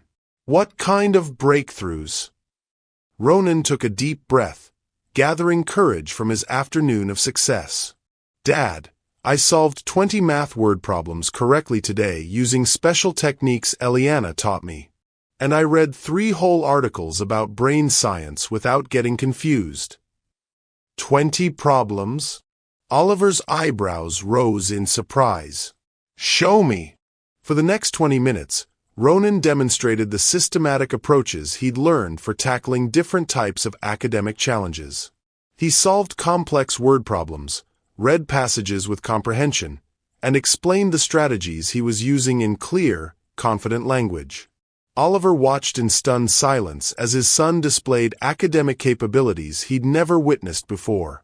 The child who usually struggled to complete basic homework was now approaching learning with genuine enthusiasm and measurable success. This is incredible, Oliver said finally. How is this possible? Eliana knew this was the moment when everything would either come together or fall apart. She took a deep breath and made the decision to reveal the full truth about Ronan's learning difference and what it would take to help him succeed. Mr. Lawson, your son isn't lazy or unfocused. He's dyslexic. And with the right support, he can excel academically beyond anything you've imagined. The word hung in the air between them like a bridge waiting to be crossed or burned. Everything depended on how Oliver chose to respond to this revelation that could change his son's entire future. Oliver stared at Eliana for a long moment, the word dyslexic echoing in his mind like a foreign concept he couldn't quite grasp. His first instinct was to dismiss it, to fall back on the professional assessments that had found nothing clinically wrong with Ronan. But the evidence of his son's academic breakthrough was sitting right in front of him, impossible to ignore. Dyslexic, he repeated slowly, as if testing how the word felt in his mouth. But the educational psychologist said. The educational psychologist tested for attention disorders and general intelligence, Eliana said gently. Those tests don't always identify dyslexia, especially in bright children who've learned to compensate for their struggles. Ronan watched his father's face carefully, trying to read whether this revelation would bring understanding or another round of disappointed lectures about applying himself harder. "Dad," he said quietly, "it doesn't mean I'm broken." Eliana explained that my brain just works differently, like being left-handed in a right-handed world. Oliver looked at his son with new eyes, suddenly seeing the daily courage it must have taken for Ronan to face classroom after classroom of failure without understanding why his best efforts weren't enough. The guilt hit him like a physical blow as he realized how many times he'd attributed his son's struggles to lack of effort or focus. "Can you explain this to me?" Oliver asked Eliana, his usual authoritative tone replaced by genuine vulnerability. "What exactly is dyslexia, and how did I miss it for so long?" Eliana pulled out her mother's journal again, grateful that Oliver was asking questions instead of shutting down the conversation. Dyslexia is a neurological difference that affects how the brain processes written language. It has nothing to do with intelligence. In fact, many dyslexic individuals have above-average intelligence. She opened to a page of her mother's notes about common misconceptions. The reason it often goes undiagnosed is that smart children like Ronan develop coping strategies that hide their struggles. They memorize sight words instead of learning to decode them. They guess at answers based on context clues, and they work twice as hard as their classmates to produce half the results. "That describes Ronan perfectly," Oliver said, pieces of a puzzle finally clicking into place. "He studies for hours but still fails tests. His teachers always said he seemed distracted, but at home I could see how hard he was trying." "The distraction isn't lack of focus," Eliana explained. "It's mental exhaustion from working so much harder than everyone else just to process basic information. Imagine if you had to translate every word from English to French before you could understand it. That's what reading feels like for many dyslexic children." Ronan had been listening intently to this adult conversation about his brain, feeling both relieved and amazed that his struggles finally had a name and explanation. "Is that why letters sometimes look like they're moving around?" "Exactly. Your brain is trying so hard to make sense of the visual symbols that it sometimes sees movement or distortion that isn't really there. It's not your fault, and it's not your imagination." Oliver shook his head slowly, processing years of misunderstanding. "All this time, I thought he just needed more discipline. I was planning to." He stopped himself, suddenly uncomfortable with revealing the boarding school decision. "You were planning to send me away," Ronan finished quietly. "I heard you on the phone with Brookfield Academy." The words hit Oliver like a slap. His son had been carrying the knowledge of impending abandonment while struggling with an undiagnosed learning difference, facing daily academic failure without understanding why. The weight of his parental failures felt crushing. "Ronan, Oliver's voice cracked slightly. "I thought structure and discipline were what you needed. I thought I was failing as a father because I couldn't motivate you to succeed." "You're not failing, Dad. You just didn't know what was really happening." The grace in his son's forgiveness made Oliver's eyes well up with tears he rarely allowed himself to shed. When had his 10-year-old become wise enough to comfort his confused father? "Can we start over?" Oliver asked, his business executive composure completely abandoned. "Can you teach me how to help you the right way?" Eliana felt her heart expand watching this moment of authentic connection between father and son. The most important thing is understanding that Ronan's brain isn't defective. It's creative and innovative. With the right teaching methods, he can not only catch up academically but excel beyond typical expectations. "Show me," Oliver said. "Show me everything." For the next 2 hours, the kitchen became an impromptu classroom where Oliver learned alongside his son. Eliana demonstrated the techniques that had produced such dramatic improvements. Colored overlays that reduced visual stress, multisensory approaches that engaged multiple learning pathways, and systematic methods for breaking complex tasks into manageable steps. Oliver watched in fascination as Ronan tackled reading passages that would have frustrated him just days before. With colored transparency sheets placed over the text and finger-tracking methods to maintain focus, his son read with confidence and comprehension that seemed almost miraculous. "The words aren't dancing anymore," Ronan explained to his father. "When I use the blue overlay and track with my finger, everything stays where it's supposed to be." "This is remarkable," Oliver said, genuinely amazed. "Why isn't this standard practice in schools?" "Many schools are starting to incorporate dyslexia-friendly methods," Eliana explained, "but it takes time for educational systems to change. The most important thing is that Ronan now understands how his brain works and has tools to advocate for himself." Oliver picked up one of the modified alphabet cards Eliana had brought, noting how the letters were slightly thicker and had subtle visual cues that made them easier to distinguish. "These look almost identical to regular letters. The differences are tiny but crucial for dyslexic learners. My mother spent years perfecting these modifications based on how children like Ronan naturally wanted to see letters." As the evening progressed, something beautiful began happening in the Lawson household. For the first time in years, father and son were learning together, sharing discoveries and celebrating small victories without the usual tension around academic performance. Oliver found himself remembering his own childhood struggles with mathematics, how he'd felt stupid and inadequate until a patient teacher helped him understand that he learned better through visual representations than abstract equations. The parallel wasn't exact, but it gave him empathy for his son's experience that he'd never had before. "You know what?" Oliver said suddenly. "I think I might understand a little bit about learning differently. When I was your age, I couldn't grasp math concepts until my teacher started showing me everything with pictures and diagrams."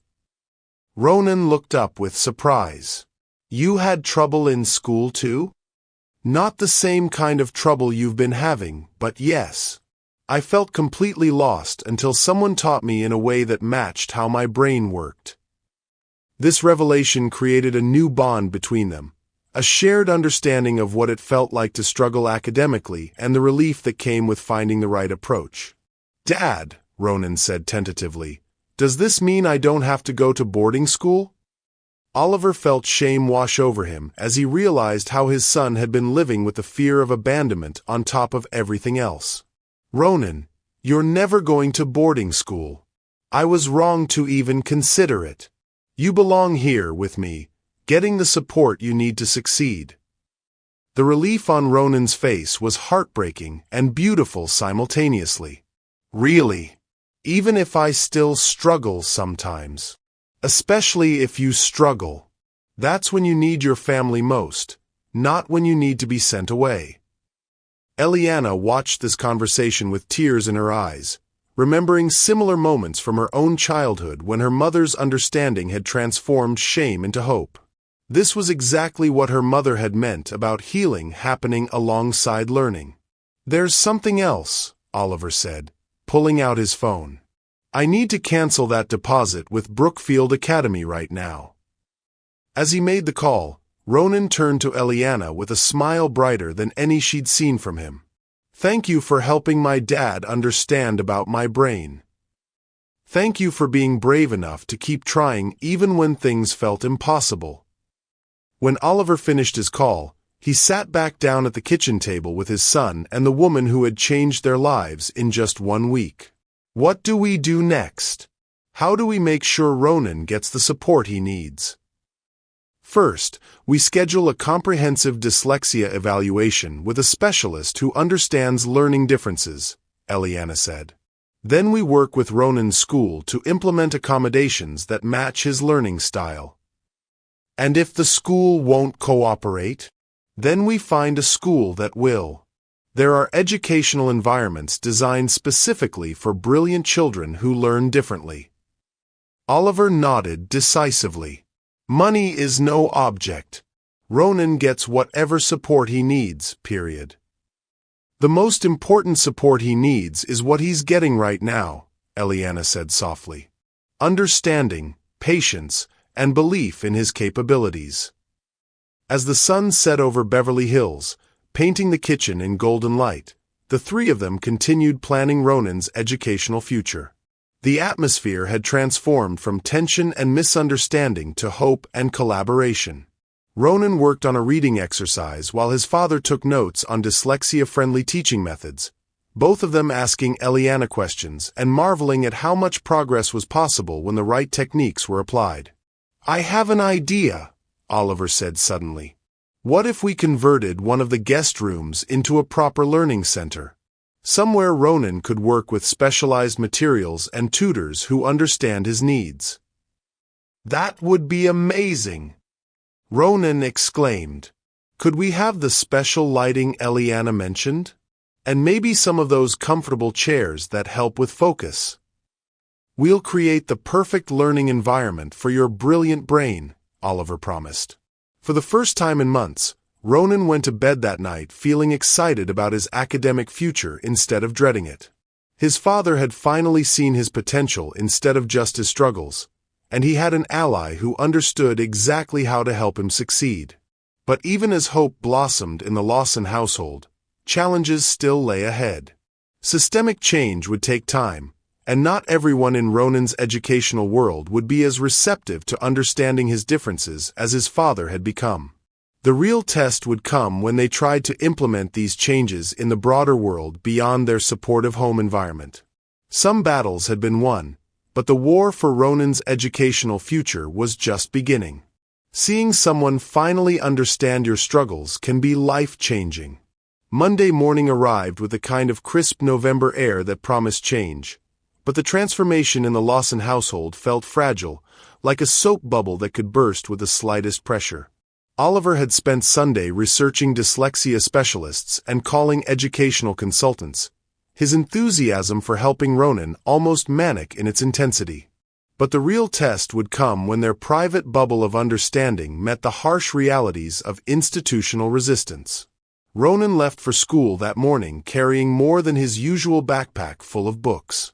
He carried hope, fragile and precious, along with a letter from his father requesting a meeting with Mrs. Henderson to discuss newly discovered learning accommodations for my son.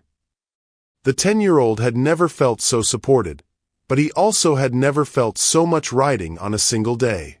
At Westfield Academy, the morning started routinely enough.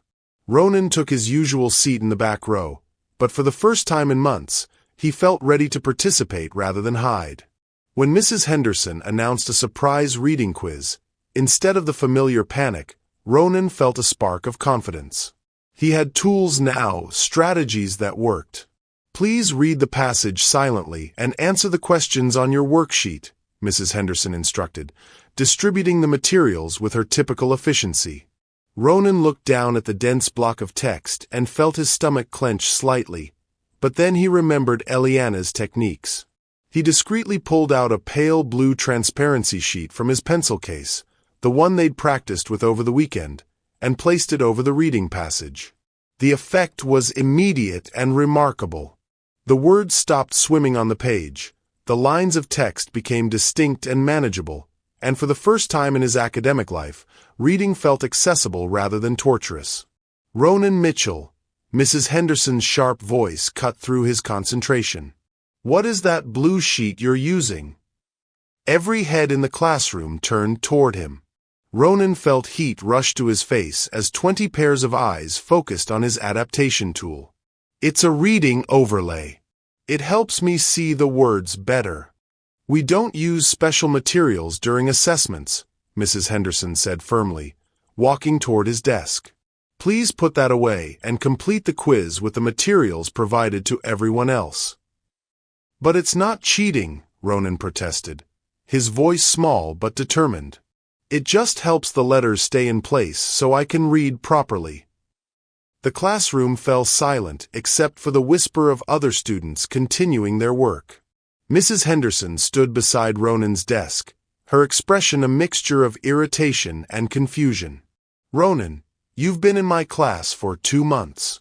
If you needed special accommodations, they would have been arranged through the proper channels. Using unauthorized materials during a quiz looks like an attempt to gain an unfair advantage. Tyler looked up from his own completed quiz with a smirk. Maybe he's trying to cheat because he knows he'll fail without help. I'm not cheating. Ronan's voice cracked with emotion. My dad is meeting with you today to explain about my dyslexia. The blue sheet just helps my brain process the words correctly. Mrs. Henderson's eyebrows rose sharply. Dyslexia.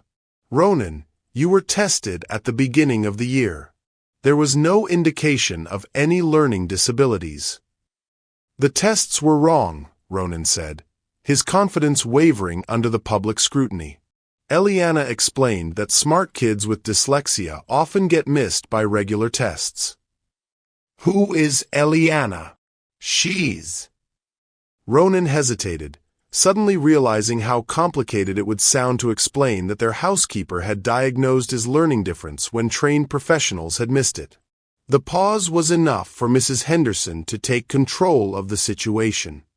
Please put the blue sheet away immediately and complete your quiz using standard methods. We'll discuss this supposed diagnosis with your father during our meeting. The dismissive tone in supposed diagnosis hit Ronan like a slap. All the confidence he'd built over the weekend began crumbling as he was forced to attempt the reading passage without his accommodation. The letters immediately began their familiar dance, sentences blurred together, and the comprehension questions might as well have been written in code. By the time he turned in his mostly blank quiz sheet, Ronan felt the old shame returning with crushing force. Maybe Mrs. Henderson was right. Maybe he had been fooling himself into thinking he could succeed with special help that was really just elaborate cheating. The rest of the school day passed in a haze of renewed self-doubt. During lunch, Tyler and Jackson made sure to spread the word about Ronan's cheating attempt with the blue sheet, turning his brave step toward self-advocacy into playground gossip about the rich kid who needed fake tools to keep up with everyone else. My dad says people like that just need to try harder instead of making excuses, Tyler announced loudly enough for half the cafeteria to hear. Like, if you can't read without special colored paper, maybe you should be in special education classes. Ronan spent lunch in the library, hiding among the shelves of books that had once felt like enemies but had briefly seemed like potential friends. Now they felt like evidence of his fundamental inadequacy again. Meanwhile, Oliver was experiencing his own reality check in the corporate world. Word of the failed Peterson Industries merger had spread through Los Angeles business circles, and what should have been a routine Monday morning was turning into damage control for his company's reputation. His assistant knocked on his office door at 10:30 with an expression that warned of bad news. Mr. Lawson, I have 3 calls from major clients asking about the stability of our firm. The Peterson situation has some people concerned about our ability to close deals. Oliver felt pressure building behind his eyes. The weekend spent learning about dyslexia and bonding with Ronan had been magical, but the business world didn't pause for personal revelations. His company employed 47 people whose livelihoods depended on his ability to maintain client confidence and secure new contracts. Schedule damage control meetings with Henderson Financial and Brooks Investments, he instructed. And push back my meeting with Ronan's teacher until later this week. I need to handle these client concerns immediately. Should I call the school to reschedule? Oliver hesitated, thinking about Ronan's excitement that morning about finally getting proper support at school. But 3 major clients threatening to pull their accounts could destroy everything he'd built to provide for his son's future. Yes, reschedule for Friday afternoon. And see if you can set up a conference call with the Peterson board members. Maybe we can salvage something from this mess. By noon, Oliver was deep in crisis management mode, fighting to preserve business relationships that had taken years to build. The dyslexia research he'd been doing felt like a luxury he couldn't afford when his company's survival was at stake. At Westfield Academy, Mrs. Henderson waited in her classroom during her lunch break for Oliver's arrival, preparing for what she assumed would be another conversation with an overprotective parent trying to explain away their child's academic struggles. When the school secretary called to say Mr. Lawson needed to reschedule, she felt a mixture of relief and vindication. Typical, she muttered to herself, updating her lesson plans. These parents get emotional about their children's problems, but when it comes to actually following through with meetings, they're always too busy. The secretary added, he asked to reschedule for Friday afternoon. Fine. Mark it down, but don't be surprised if he cancels again. In my experience, parents who make dramatic claims about undiagnosed learning differences usually lose interest when they realize how much work proper support actually requires. When Ronan arrived home that afternoon, his excitement about his father's school meeting had transformed into dread about having to explain why the blue overlay had caused such a scene. He found Eliana in the laundry room, folding clothes with the systematic precision she brought to everything. "How did school go today?" she asked, immediately noticing his slumped shoulders and downcast expression. "Terrible." Mrs. Henderson said the blue sheet was cheating, and she made me put it away during the quiz. Then everyone started saying I was trying to get unfair help because I'm too stupid to read like normal kids. Eliana felt anger flash through her, but she kept her voice calm. Using appropriate accommodations isn't cheating. It's leveling the playing field so your intelligence can show through. But what if she's right? What if I was just fooling myself into thinking those techniques really work? Ronan, did the blue overlay help you read the passage before she made you put it away? Yes, it was amazing. The words were clear and still, and I could actually understand what I was reading. Then it works. The fact that one person doesn't understand the accommodation doesn't change its effectiveness. But Dad was supposed to meet with her today to explain about dyslexia. When I asked the secretary, she said he rescheduled for Friday. The disappointment in Ronan's voice broke Eliana's heart. She could see him interpreting his father's absence as evidence that the weekend's breakthrough hadn't been real, that Oliver's support would evaporate under external pressure. "I'm sure your father had a good reason for rescheduling. Business emergencies happen. Or maybe he decided Mrs. Henderson was right and I was just making excuses. Maybe he realized that the techniques only work because you're being nice to me, not because I'm actually smart." Eliana knelt down to Ronan's eye level, her voice firm with conviction. "Listen to me carefully. Your intelligence is not dependent on other people's understanding or approval. You are brilliant, creative, and capable regardless of what anyone else says or does. Then why does everything still feel so hard?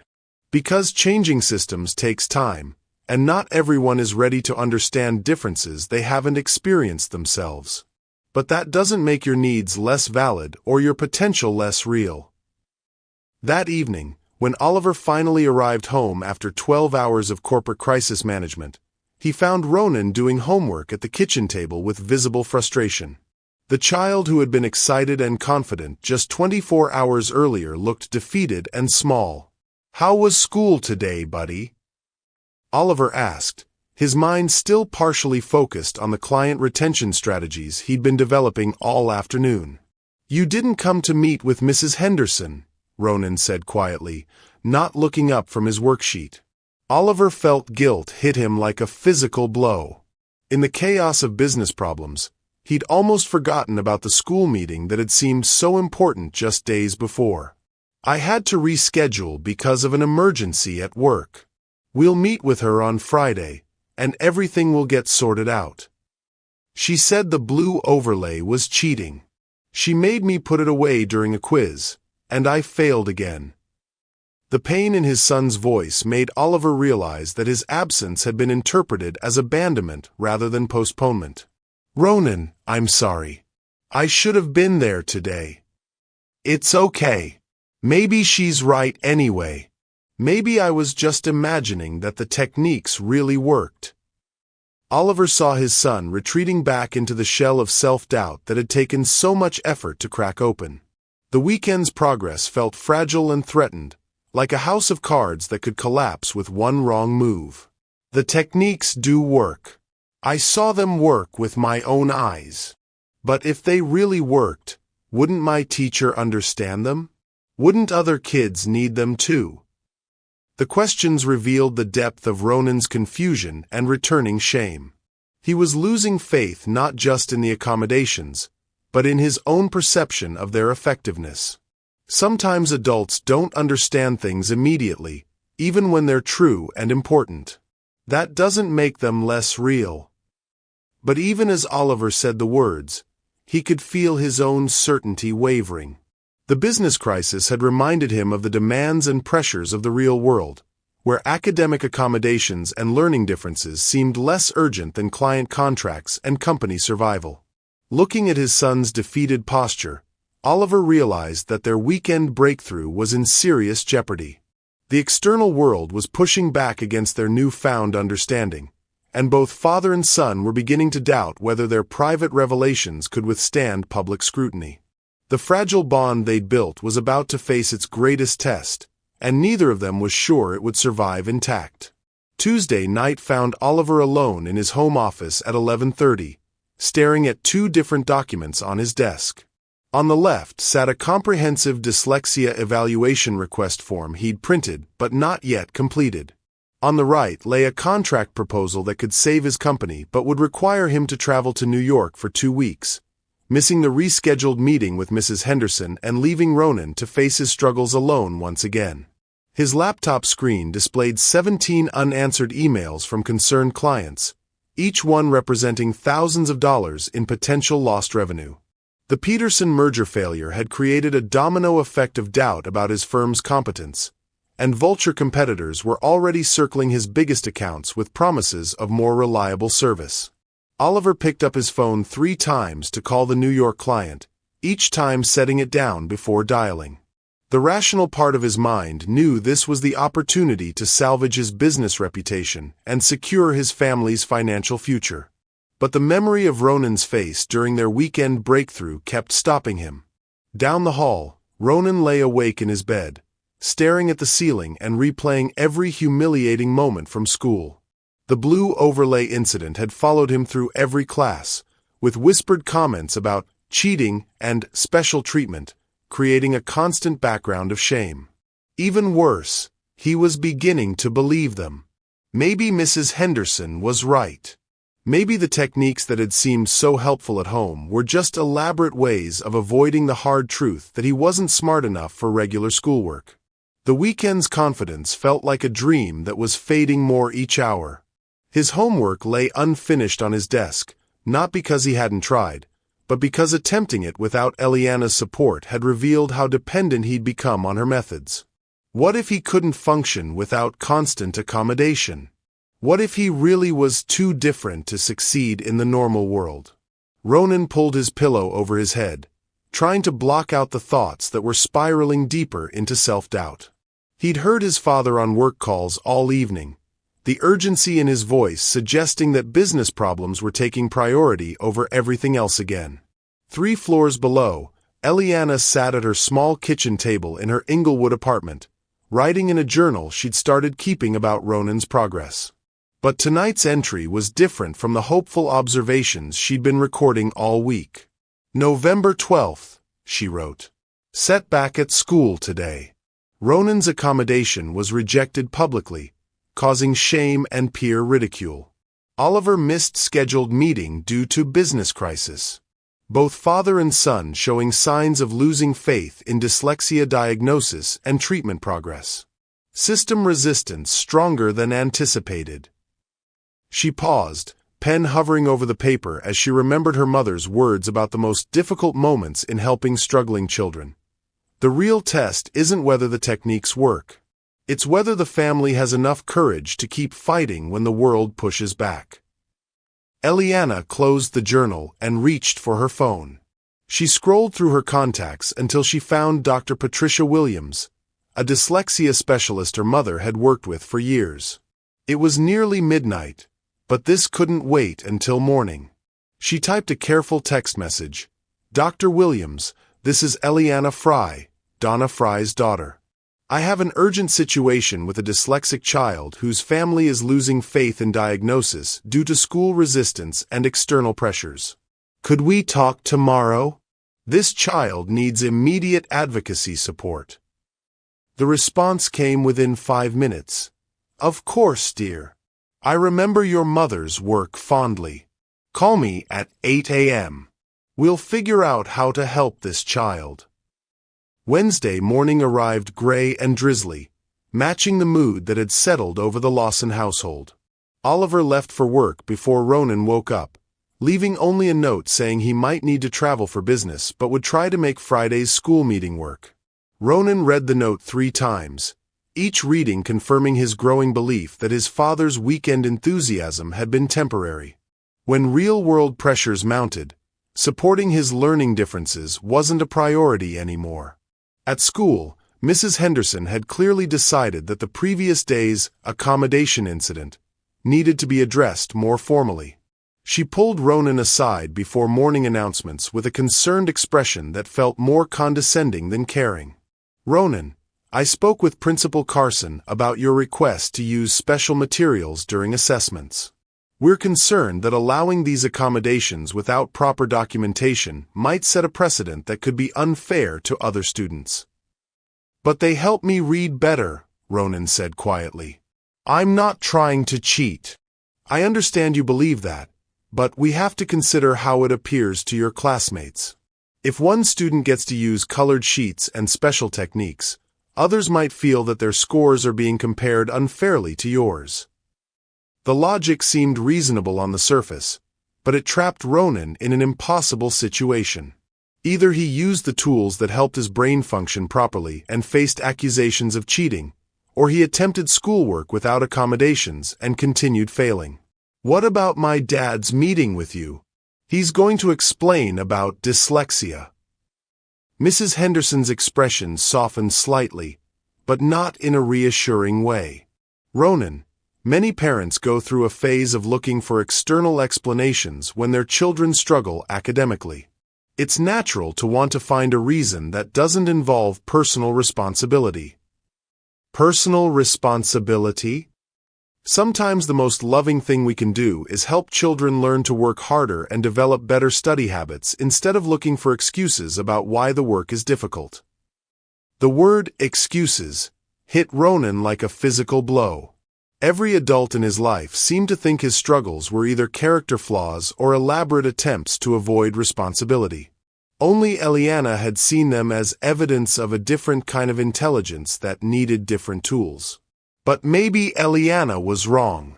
Maybe she was just being kind to him because that was her job. That afternoon, Ronan came home to find Eliana waiting in the kitchen with an expression of determined purpose that he'd never seen before. "Ronan, we need to talk. And I need you to listen carefully to what I'm about to tell you." He slumped into a chair, preparing for another conversation about staying positive despite evidence that nothing was really changing. "This morning I spoke with Dr. Patricia Williams, one of the most respected dyslexia specialists in California. She worked with my mother for 20 years and has helped thousands of children like you. Did you tell her I was making excuses and trying to cheat?" The defeat in his voice made Eliana's heart break. "I told her about a brilliant child whose intelligence is being questioned by people who don't understand how his brain works. And do you know what she said?" Ronan shook his head. She said that what happened to you at school is exactly why proper dyslexia advocacy exists.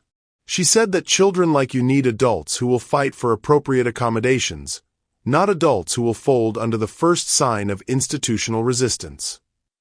But what if the accommodations really are unfair to other kids? Ronan, if you broke your leg, would it be unfair for you to use crutches while other kids walked without them? No, because I would need the crutches to walk properly. Exactly. Your brain needs visual supports to read properly. That's not an unfair advantage. That's appropriate accommodation for a neurological difference. Eliana pulled out her phone and showed him Dr. Williams' credentials. Professor Emeritus at UCLA, author of 3 books on dyslexia, consultant to the California Department of Education on learning difference policies. Dr. Williams wants to meet with you and your father tomorrow afternoon. She's willing to do an emergency consultation and provide documentation that your school will have to respect. But Dad has business problems. He might have to travel to New York. That's his choice to make. But first, I think he needs to understand what's really at stake here. That evening, when Oliver returned from another day of crisis management, he found Eliana waiting in his study with a folder of documents and an expression that brooked no deflection. Mr. Lawson, we need to talk about Ronan's future. Right now. Oliver sat down heavily, exhaustion evident in every line of his body. Eliana, I appreciate your concern, but I'm dealing with a business crisis that could affect Ronan's entire future. I may lose several major clients if I don't fly to New York tomorrow. And Ronan may lose his entire sense of self-worth if you don't show up for him tomorrow. The words hung in the air like a challenge. Oliver looked at the folder Eliana had placed on his desk, noting the official letterhead of a UCLA Dyslexia Research Center. What is that? Documentation from Dr. Patricia Williams, one of California's leading dyslexia specialists. She's willing to meet with you and Ronan tomorrow afternoon to provide the official evaluation and advocacy support he needs. I can't. The New York meeting is tomorrow afternoon, and if I don't go, Henderson Financial will definitely pull their account. That's $1 million contract. Eliana took a deep breath, knowing she was about to risk everything but unable to stay silent. Mr. Lawson, I've watched children like Ronan my entire life. I've seen what happens when their families choose financial priorities over emotional support during critical moments. That's not fair. Everything I do is for Ronan's benefit. Is it? Or is it for your own fear of business failure? The question cut deep because it contained a grain of truth Oliver wasn't ready to acknowledge. His drive for financial success had always been motivated by wanting to provide for his family. But somewhere along the way, business achievement had become an identity rather than just a means to an end. You don't understand the pressures I'm under. I understand that Ronan went to school today and was told his learning differences are excuses for laziness. I understand that he's beginning to believe his teachers instead of believing in himself. And I understand that tomorrow's meeting could change the entire trajectory of his educational future. Oliver stared at the UCLA documentation, seeing his son's name typed on official forms for the first time. The reality of Ronan's dyslexia was becoming impossible to deny, but accepting it meant acknowledging how many times he'd failed to advocate for his child's needs. If I miss this New York meeting, I might lose the business that pays for Ronan's private school tuition. If you miss tomorrow's meeting with Dr. Williams, you might lose your son's belief that he's worth fighting for. The choice crystallized in that moment with painful clarity. Oliver could protect his business reputation and financial security, or he could protect his son's emotional well-being and educational future. But he couldn't do both. Outside, Los Angeles glittered with the promise of opportunity and success that had always driven Oliver's decisions. But inside his study, a different kind of success was being offered. The chance to be the father his son needed instead of the provider he thought he should be. The phone rang with a call from his assistant about final travel arrangements for New York. Oliver stared at it, his hand hovering over the receiver, while Eliana waited silently for the choice that would determine everything. This was the moment when love would either overcome fear, or fear would win by disguising itself as responsibility. The decision Oliver made in the next 60 seconds would echo through his son's life for decades to come. Oliver stared at the ringing phone for 3 seconds that felt like an eternity. Then, with deliberate precision, he reached over and turned off the ringer. The silence that followed felt like the first breath after nearly drowning. "Cancel my New York trip," he said quietly, his eyes never leaving the UCLA letterhead on Dr. Williams' documentation. "Whatever it costs me, my son is worth more." Eliana felt tears of relief gathering in her eyes, but Oliver wasn't finished. "And cancel the rescheduled meeting with Mrs. Henderson for Friday. We're going to meet with Dr. Williams tomorrow, get the documentation Ronan needs, and then we're going to find him a school that understands how brilliant children with dyslexia can be." The transformation in Oliver's voice from defeated businessman to determined father was unmistakable. For the first time since this journey began, he sounded completely certain about his priorities. "Are you sure about the business consequences?" Eliana asked gently.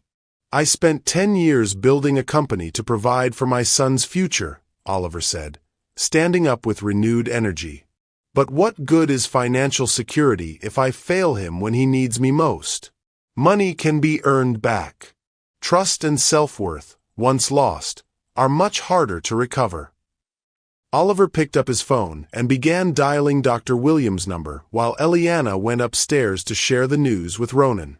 She found him at his desk, staring at blank homework pages with the familiar expression of defeat she'd first witnessed 2 weeks ago. "Ronan, your father has something important to tell you." Before she could explain further, Oliver appeared in the doorway, having taken the stairs 2 at a time in his eagerness to share his decision. "Buddy, I just spoke with Dr. Williams. Tomorrow afternoon, we're going to meet with her so she can officially document what we already know. You're incredibly intelligent, and you learn differently than most people. That's not a problem to solve. It's a superpower to develop." Ronan looked up with cautious hope. "What about your meeting in New York?" "Cancelled. There will always be business meetings, but there's only one chance to show you that you're more important than anything else in my life." The relief that flooded Ronan's face was so profound that Oliver realized how much fear his son had been carrying about being abandoned again, just like when his mother died. This time, when it mattered most, his father was choosing to stay. "Does this mean I don't have to use the techniques in secret anymore?" "It means we're going to make sure every adult in your life understands how your brilliant brain works and what you need to succeed. No more hiding, no more shame, and definitely no more being told you're making excuses." Thursday afternoon at UCLA's Learning Differences Research Center, Dr. Patricia Williams sat across from Ronan and Oliver in an office lined with books about neuroscience and educational innovation. At 62, she had the kind of gentle authority that came from decades of helping children discover their potential. "Ronan," she said, "I want you to know that everything Eliana told me about your experiences matches exactly what I see in many of my brightest students. The fact that you've been compensating so well for so long actually demonstrates exceptional intelligence." For the next 2 hours, Dr. Williams conducted assessments that felt nothing like the previous tests Ronan had endured. Instead of focusing on his deficits, she explored his strengths. His exceptional spatial reasoning, his ability to see patterns and connections that others missed, his creativity in problem-solving. "Oliver," Dr. Williams said during a break while Ronan worked on visual puzzles in another room, "your son's brain is wired for innovation and complex thinking. The challenges he faces with traditional reading and writing are real, but they're minor compared to his cognitive gifts." "So the dyslexia diagnosis is confirmed?" "Absolutely. But more importantly, Ronan falls into the category we call twice exceptional, intellectually gifted and learning different. With proper support, children like him often become leaders in fields requiring creative problem-solving and spatial intelligence. When they rejoined Ronan, Dr. Williams had a folder full of recommendations and a smile that radiated confidence. "Ronan, I have some exciting news. Your testing shows that you're functioning at a gifted level in reasoning and comprehension. The reading challenges you've been experiencing are completely manageable with the right techniques and accommodations." "So I'm not stupid?" "You're the opposite of stupid. Your brain just processes information in sophisticated ways that need different teaching methods. Some of the most successful entrepreneurs, scientists, and artists in the world share your exact neurological profile." Dr. Williams handed Oliver a comprehensive report detailing Ronan's strengths, specific accommodation needs, and recommendations for educational settings that specialized in teaching gifted dyslexic children. "There's a school called Pacific Learning Academy in Santa Monica that would be perfect for Ronan. They use multisensory teaching methods and celebrate different learning styles. I can arrange a visit next week if you're interested." That evening, the three of them sat around the kitchen table planning Ronan's educational future with an excitement that had been absent from homework time for years. Instead of struggling through assignments designed for typical learners, they explored advanced projects that matched Ronan's intellectual curiosity and learning style. "Look at this," Ronan said, showing his father a three-dimensional model he'd built to represent the solar system. "When I make the planets with clay and move them around, I can understand their orbits perfectly. But when I try to read about them in textbooks, nothing makes sense." "That's because you're a kinesthetic learner," Oliver said, using terminology he'd learned from Dr. Williams. "Your brain understands through movement and touch, not just visual symbols." Eliana watched this interaction with deep satisfaction, seeing how father and son were finally speaking the same language about learning and intelligence. 2 weeks later, Ronan started at Pacific Learning Academy, where his blue reading overlays were standard equipment and his need to trace letters in the air was seen as smart self-advocacy rather than disruptive behavior. His first report card showed not just improved grades, but comments from teachers who recognized his analytical thinking and creative problem-solving abilities. Ronan demonstrates exceptional spatial intelligence and shows remarkable insight in mathematical reasoning, his new teacher wrote. When given appropriate accommodations, he consistently produces work that exceeds grade-level expectations. Oliver framed that report card and hung it in his home office next to his business awards, a reminder that his greatest achievement wasn't any corporate success but helping his son discover his own brilliance. The business consequences of choosing family over the New York meeting turned out to be less catastrophic than Oliver had feared. Henderson Financial did pull their account, costing him significant revenue, but his reputation for integrity and family values actually attracted new clients who appreciated working with someone who had clear priorities. More importantly, the crisis had taught Oliver that his identity didn't have to be defined solely by professional achievement. Being Ronan's advocate and champion felt more fulfilling than any business deal he'd ever closed. On a warm December evening, 6 weeks after their first conversation about dancing letters, Eliana sat with Ronan as he worked on a creative writing assignment for his new school. Instead of struggling with basic sentences, he was crafting an imaginative story about a boy who could see mathematical equations in the movements of dolphins. "This is amazing," Eliana said, reading his work. "Look how you're combining science, creativity, and storytelling. This is exactly the kind of thinking that makes dyslexic brains special." "I never thought I could be good at writing," Ronan admitted. "But when I get to tell stories about things I'm interested in, using the computer to check spelling, it's actually fun." Oliver appeared in the doorway, having finished his own evening work earlier than usual. Spending less time on business travel had allowed him to be present for Ronan's homework sessions, something he treasured more than any client dinner. "How's the story coming along? Dad, want to hear something cool?" Dr. Williams says that lots of dyslexic people become famous writers because they think about language differently. They see connections and patterns that other people miss. "I believe it. Your stories always surprise me with how creative they are." As Ronan returned to his writing, Eliana gathered her teaching materials, preparing to head home. Her role in the household had evolved from housekeeper to educational consultant and family friend, a transformation that reflected how much all their lives had changed. "Eliana," Oliver said as she reached the door, "I've been thinking about something. How would you feel about going back to school to become a certified learning specialist like your mother?" "I couldn't afford graduate school. What if I sponsored your education?"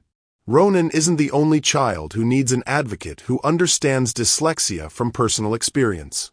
You could help hundreds of families avoid the struggles we went through. Eliana felt her mother's presence in that moment, as if 20 years of preparation had led to this opportunity to continue the legacy of helping children discover their hidden brilliance. "I would love that more than anything." 6 months later, Eliana began her graduate studies in educational psychology while continuing to work with the Lawson family. Ronan thrived at Pacific Learning Academy, consistently earning recognition for academic achievement and creative thinking. His confidence had transformed from the fragile hope of a struggling child to the solid self-assurance of a young person who understood his own capabilities. Oliver's business rebounded stronger than before, built on authentic relationships with clients who valued his integrity. But more importantly, his relationship with his son had become the foundation of genuine mutual respect and love. On the anniversary of their first breakthrough conversation, Ronan presented Eliana with a handwritten story dedicated to the person who taught me that different doesn't mean broken, and that every brain has its own special magic. Reading those words, Eliana knew her mother would be proud. They had saved another brilliant child from a lifetime of believing he wasn't smart enough, and in doing so, they had discovered that the most powerful education happens when someone takes the time to understand how a unique mind works. The boy who had once failed every test was now excelling beyond anyone's expectations, not because his brain had changed, but because the world around him had finally learned to see his intelligence clearly. Sometimes the greatest transformations begin with the simplest recognition that struggling doesn't mean stupid, different doesn't mean defective, and every child deserves someone who believes in their potential even when they can't see it themselves. Every child deserves to know they're brilliant in their own unique way. Thank you for staying with me until the very end of this incredible journey. If this story touched your heart, wait until you see what's coming next. It's even more powerful and inspiring than you can imagine. So don't go anywhere. Click on that video showing on your screen right now to dive into another amazing story that will absolutely blow your mind. Trust me, you won't regret it.